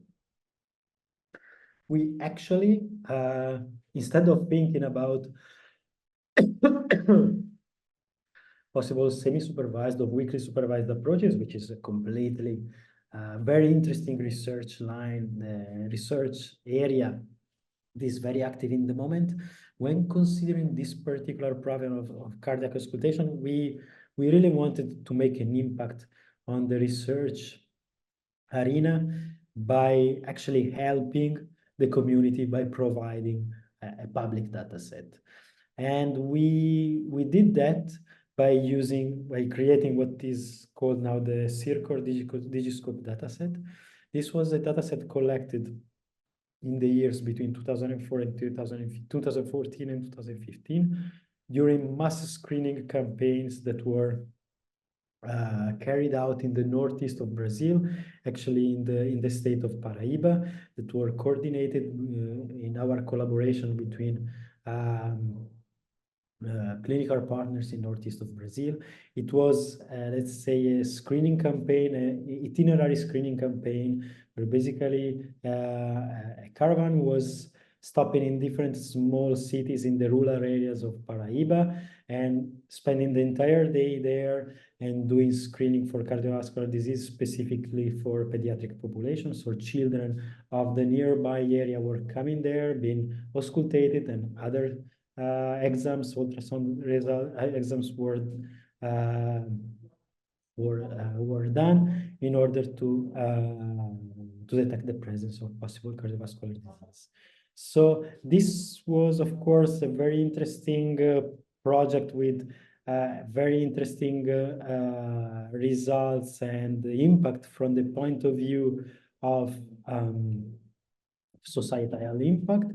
It was very interesting from the point of view of a telemedicine network installed within this itinerary campaign. And as a side product, it provided us with very interesting data that we wanted to use then to foster research in this area. So we collected data using a digital stethoscope. Actually, it was a stethoscope on the market. It's the Littmann 32000 stethoscope. It just, collects data with 4 kHz sampling rate and 16 bits format and 16 bits of quantization. And the format is WAV formats. We developed an in-house collector app, which is what appears here, that was easy to use for nurses and doctors in the northeast of Brazil to use the digital stethoscope to collect the data and to transfer the data automatically to our servers. And basically, the overview is that we got sounds, heart sounds from more than 1,500 patients, mainly pediatric populations. And when it was launched in 2022, this represented the largest public data set on heart sound data in the world. Apart from having, of course, the sounds collected from these patients, we also have very detailed characterization of the presence and the characterization of the present and the analysis of possible murmurs. So basically, we had a characterization of sounds which presented abnormal sounds generated by valve misfunctionings, which are murmurs, and we gave a complete characterization of that. So we gave a complete characterization in terms of the place where it is. So if it's a systolic or diastolic murmur, here is the systolic murmur, as you can understand, happens within the systole, so between the S1 and S2, and the diastolic murmur happens in the systole. We gave also characterization in the timing, so if it's in the beginning of the systole, in the middle of the systole, or it's in the end, etc., etc. The shape, if it's a crescendo, a diamond, a plateau. Grading based on, let's say, intensity level based on clinically relevant scales. Quality, here I'm not sure if you can actually listen to this here, but quality, pitch, etc. I'm not going to go into the details into this. I don't want to spend too much time, but all these kind of characterization variables are fundamental, are used by clinicians in order to characterize the murmurs, and they can be related to the different kinds of diseases that are associated to murmurs. So if a murmur is a crescendo murmur in the diastole, okay, it's more probable that it's a specific disease than another disease, etc., etc.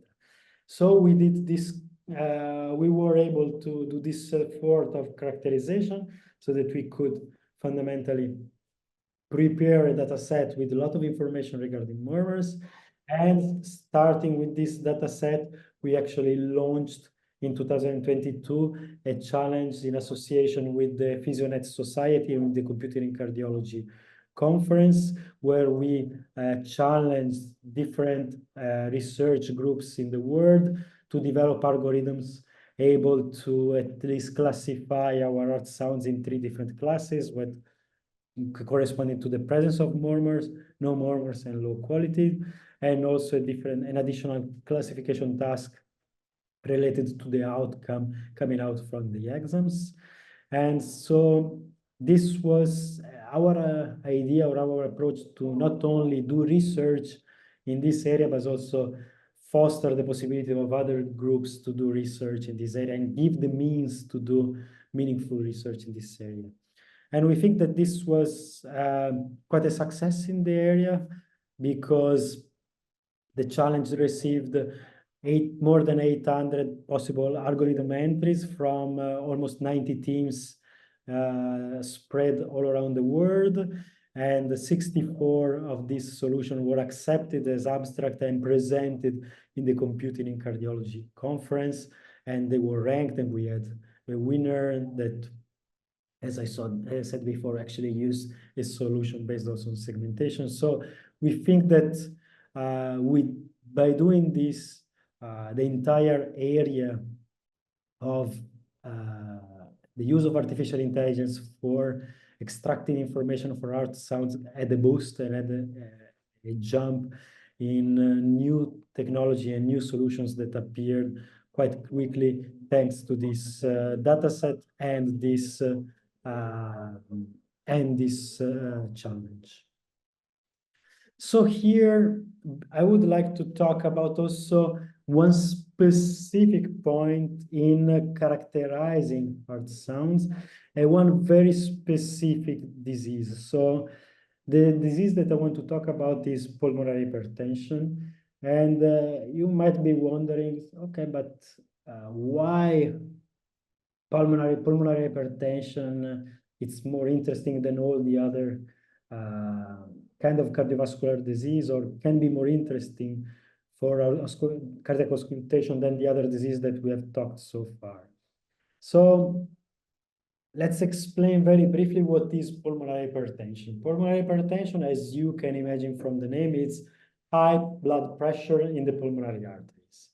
So, okay, it's a progressive disease that can be treated very effectively by pharmacological treatment if it's treated soon. However, if it's not treated early, it has actually a high mortality rate.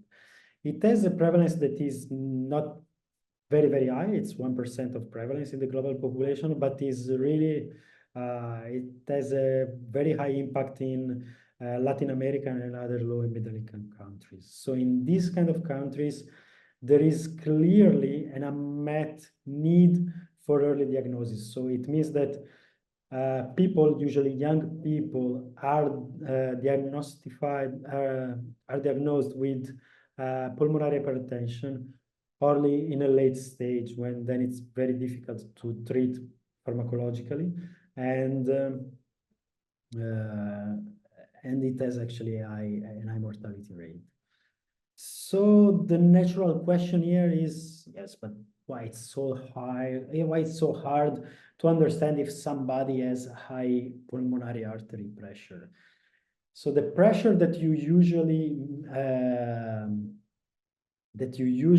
measure either with new bracelets or actually with pumps, etc. This is the peripheral heart pressure, blood pressure, and this is not the pressure associated to the pulmonary artery. The pressure, the blood pressure in the pulmonary arteries, and that can reflect into pulmonary hypertension, is a pressure that can actually measure only in two ways. So either by doing a very invasive procedure, which is right heart catheterization. What does it mean? Right heart catheterization is something which is done via a surgery where a sensor, usually it's a Swan-Ganz catheter, is inserted directly into your right ventricle or into the pulmonary artery via an incision either in the groins or actually in the armpits. So it's actually an incision, and then you need to go directly into the right ventricle. And you can put there either a sensor, a Swan-Ganz catheter, or more recently, a new sensor that was invented by Abbott, which is called the CardioMEMS. But in that case, anyway, it means that you need to do an invasive, very costly and also dangerous procedure that clearly cannot be done to do screening of a large population. You cannot do for 100 children in a day just to see if they have pulmonary hypertension. A possible alternative to that is to use echo Doppler. So basically to use ultrasound. Okay, this is based on evaluating the speed of the tricuspid regurgitation. It's used in practice, but usually it's quite ineffective, especially if you have some kind of obstructive pulmonary disease or if you have a very high body mass index. And it still requires to have a specialized technician that is able to perform this exam. So teaching to somebody to use a stethoscope, it's much simpler than teaching somebody to use ultrasound. So cardiac auscultation can actually be very interesting in this case because, okay, we have seen already that it's cheap and non-invasive. And actually, we can infer information regarding the pressure in the pulmonary artery if we look at the second ultrasound. So in particular, let's go back to what we were saying some minutes before. So the second ultrasound is the sound that is generated when by the closure of the aortic and the pulmonary valve. And actually, so this is divided in two components, one associated to the aortic, it's called A2, and then one associated to the pulmonary component, to the pulmonary valve, it's called P2. And so basically, by looking at changes on the relative amplitude between the A2 and P2 components, or the time intervals between these components, we can infer information regarding what is the blood pressure in the pulmonary artery. And actually, in the literature, there has been two main ways to get information on the pulmonary artery pressure. And the first one was to basically first separate the A2 and P2 components, then extract features from them, and try to fit them on some standard machine learning models like polynomials or SVMs or multilayer perceptron, etc. This was done in the early 2000s. And they said some reasonable results, but the main problem with this approach here was that separating the A2 and P2 components, so separating these sounds into these two components was the most tricky part because actually the two components are really one on top of the other in time, in frequency, and they have very similar morphology. So you cannot simply use standard off-the-shelf independent component analysis like approaches to separate the components. But in the early 2000s, several approaches has been presented to try to use to separate these components. And some of them were assuming that, okay, we know in advance that the A2 and P2 components have some particular shape, and then we try to use parametric models to fit with the data and try to separate them. This has some good results, but again, we were assuming that we know in advance what is the shape of these components, and this can be actually a very strong assumption. Also because usually this assumption were based on the observation of art sounds recorded for pigs and not recorded from humans. So another more recent approach was based on the fact that if we actually look at various heartbeats corresponding to different phases in the respiration, so if I breathe in and breathe out, and while I'm breathing in and breathing out, my heart is beating. When I'm breathing in, actually, I have a higher pressure within my thorax, and so this makes basically makes as a consequence the fact that the two components are closer together, the two components.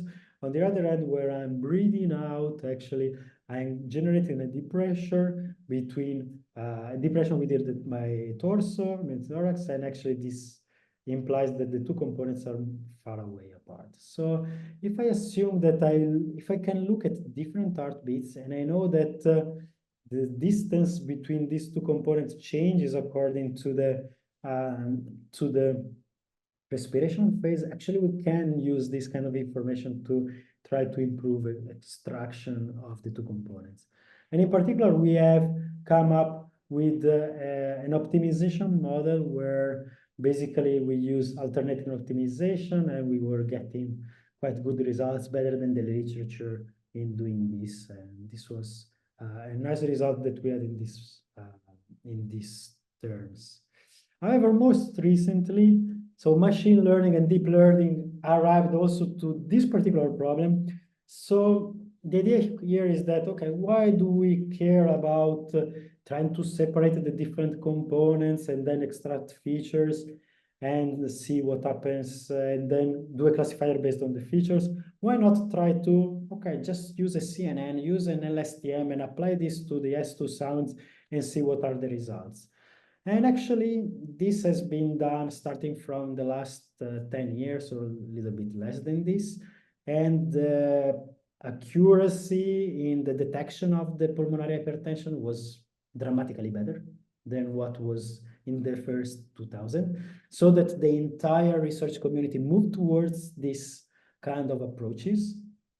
And this was very, very promising and very interesting, but again, I like to expose here limitations of current artificial intelligence approaches. Okay, one of these is, as you know, is the lack of explainability. So, okay, basically we can get algorithms that tell us you have pulmonary hypertension, yes or not, but we do not say, or the algorithm itself doesn't say yes, but based on what is your output. So we came up also with an idea that we have recently patented, where we're trying to combine deep learning with our first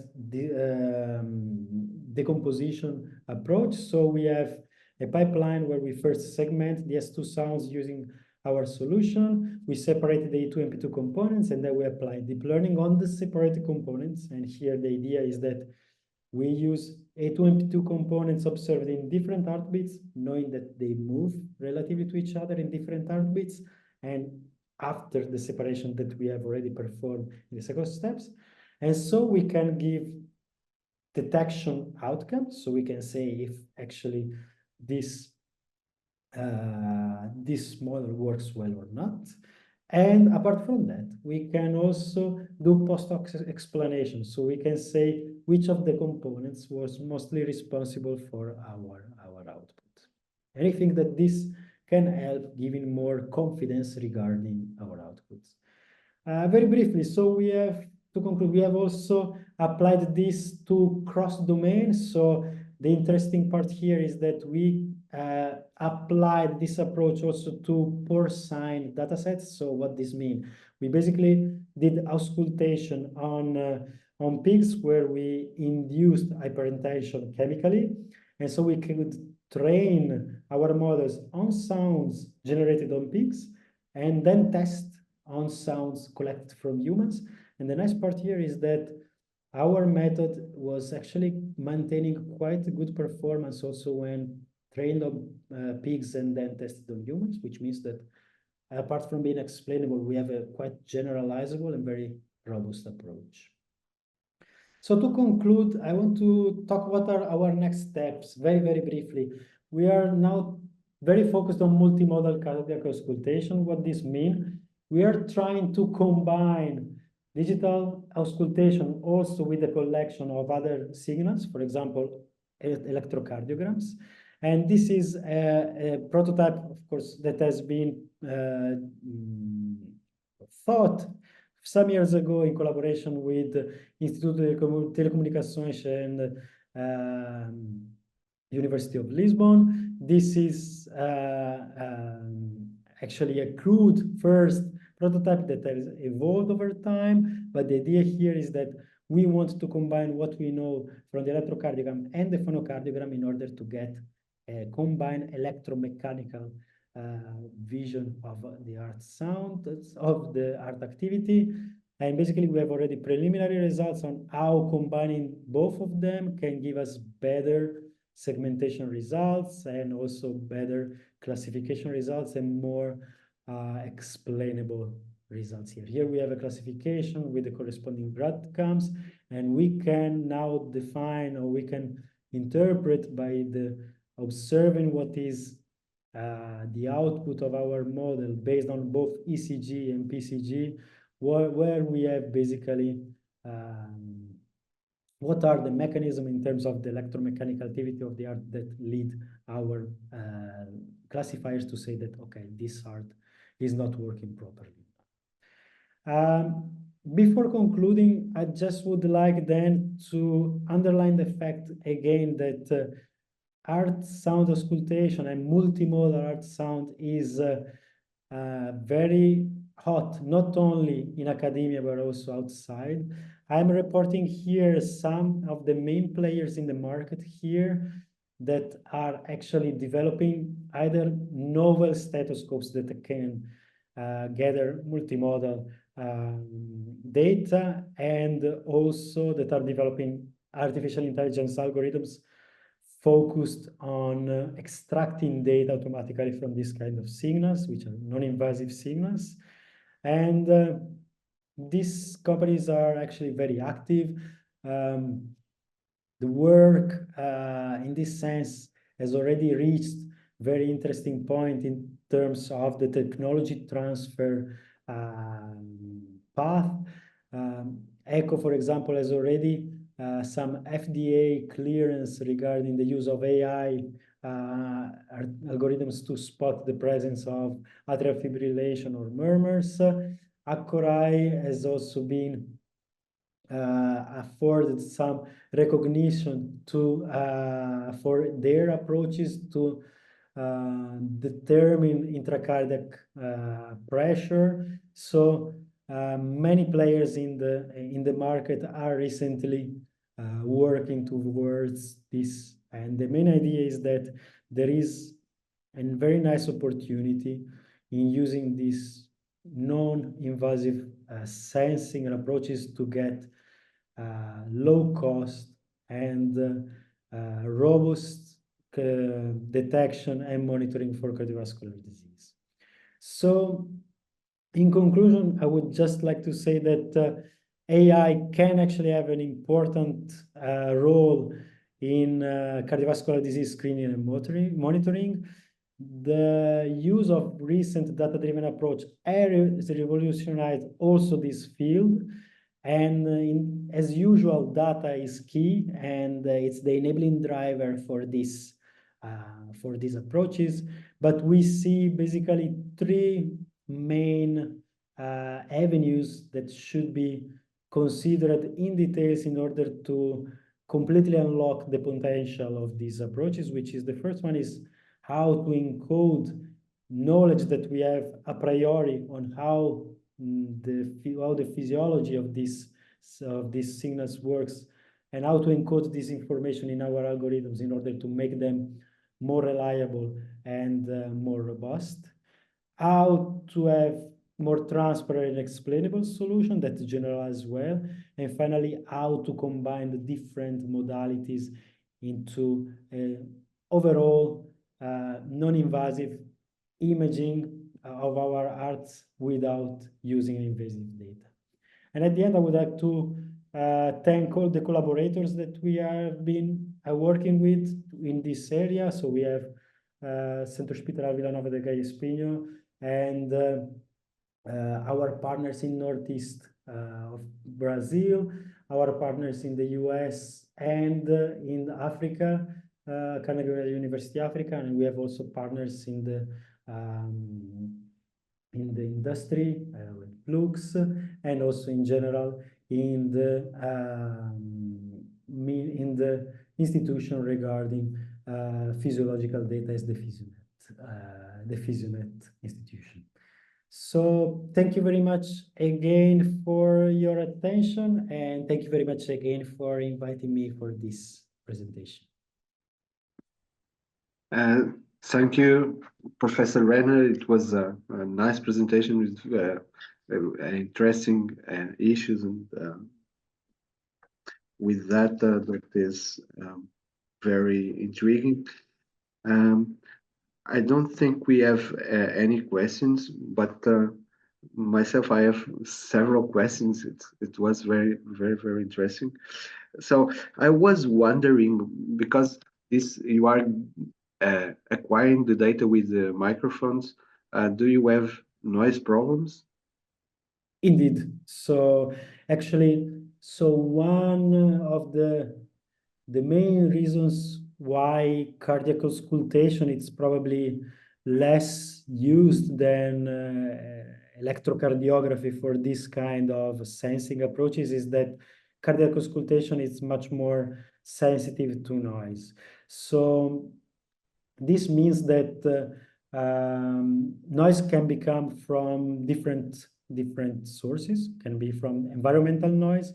It's actually interesting that in many of our recordings that we obtain in the screening campaigns in northeast of Brazil, you could hear people talking, windows shut, and things like that. So this means that noise is an issue, and cardiac auscultation gathered a lot of strength more recently, where basically technological progress in signal processing evolved. Technological progress in the hardware design evolved. We have, for example, novel digital stethoscope that can use interesting approaches for active noise cancellation, for example, etc. And more than that, deep learning approaches, actually the beauty of deep learning approaches is that they can become much more robust to inter-patient variabilities and this kind of noise. So we can actually extract interesting patterns from the data, even in the presence of noise. So that's why now cardiac auscultation is important. And for me, it's important nowadays, not only, let's say, as a substitute of electrocardiogram, but exactly because it's complementary to electrocardiograms. So electrocardiograms show us what happens from the electrical point of view to the hearts, but how these electrical stimuli are reflected into the mechanical behavior of the blood flow. This, we cannot understand it from the electrocardiogram, but we can get it from the cardiogram. Okay. But are you using some kind of pre-processing Yes. So, signal to avoid noise? Yeah. Or are you just relying on the deep learning algorithms? No, usually, so the most sophisticated stethoscopes have noise cancelling on top of Okay. that. Apart from that, when we process the data, before, for example, segmentation, it's very common to do different approaches in the noising. So they can be more or less sophisticated. Of course, you can start from basic filtering to more advanced iterative wavelet-based denoising. However, I can say that the deep learning approaches make the impact of pre-processing quite less significant than in the past. Yes, this is true. We have now a question in the Q&A. I think you have access to the Q&A, but I can read it for you. Is it possible to obtain information of murmur on patient with arrhythmic disease? Yes, it's possible. So, but it's true. This is a very good question because it's more challenging. Why this is more challenging? So, an arrhythmic patient means that okay, we have arrhythmias, so the heart rate is not stable, and time varying heart rates make the segmentation task more difficult. So if we have heartbeats that have shorter or longer duration during time, it's more difficult than for the algorithm to say, okay, this is a systole, this is a diastole, because there is, of course, a statistical pattern recognition approach behind that tries to get some statistical description of how long should be each of these intervals. So this is more difficult. However, recent approaches are flexible enough and sensitive enough to be able to actually recognize the presence or recognize the different segments anyway. And anyway, we can, or it's possible, it's seen that it's possible to recognize the presence of murmurs. So basically noise within the systole and the diastole, even if we have non-constant heart rhythm. Yes, but it's more difficult, but it's possible. Okay, I have another question about the signal acquisition.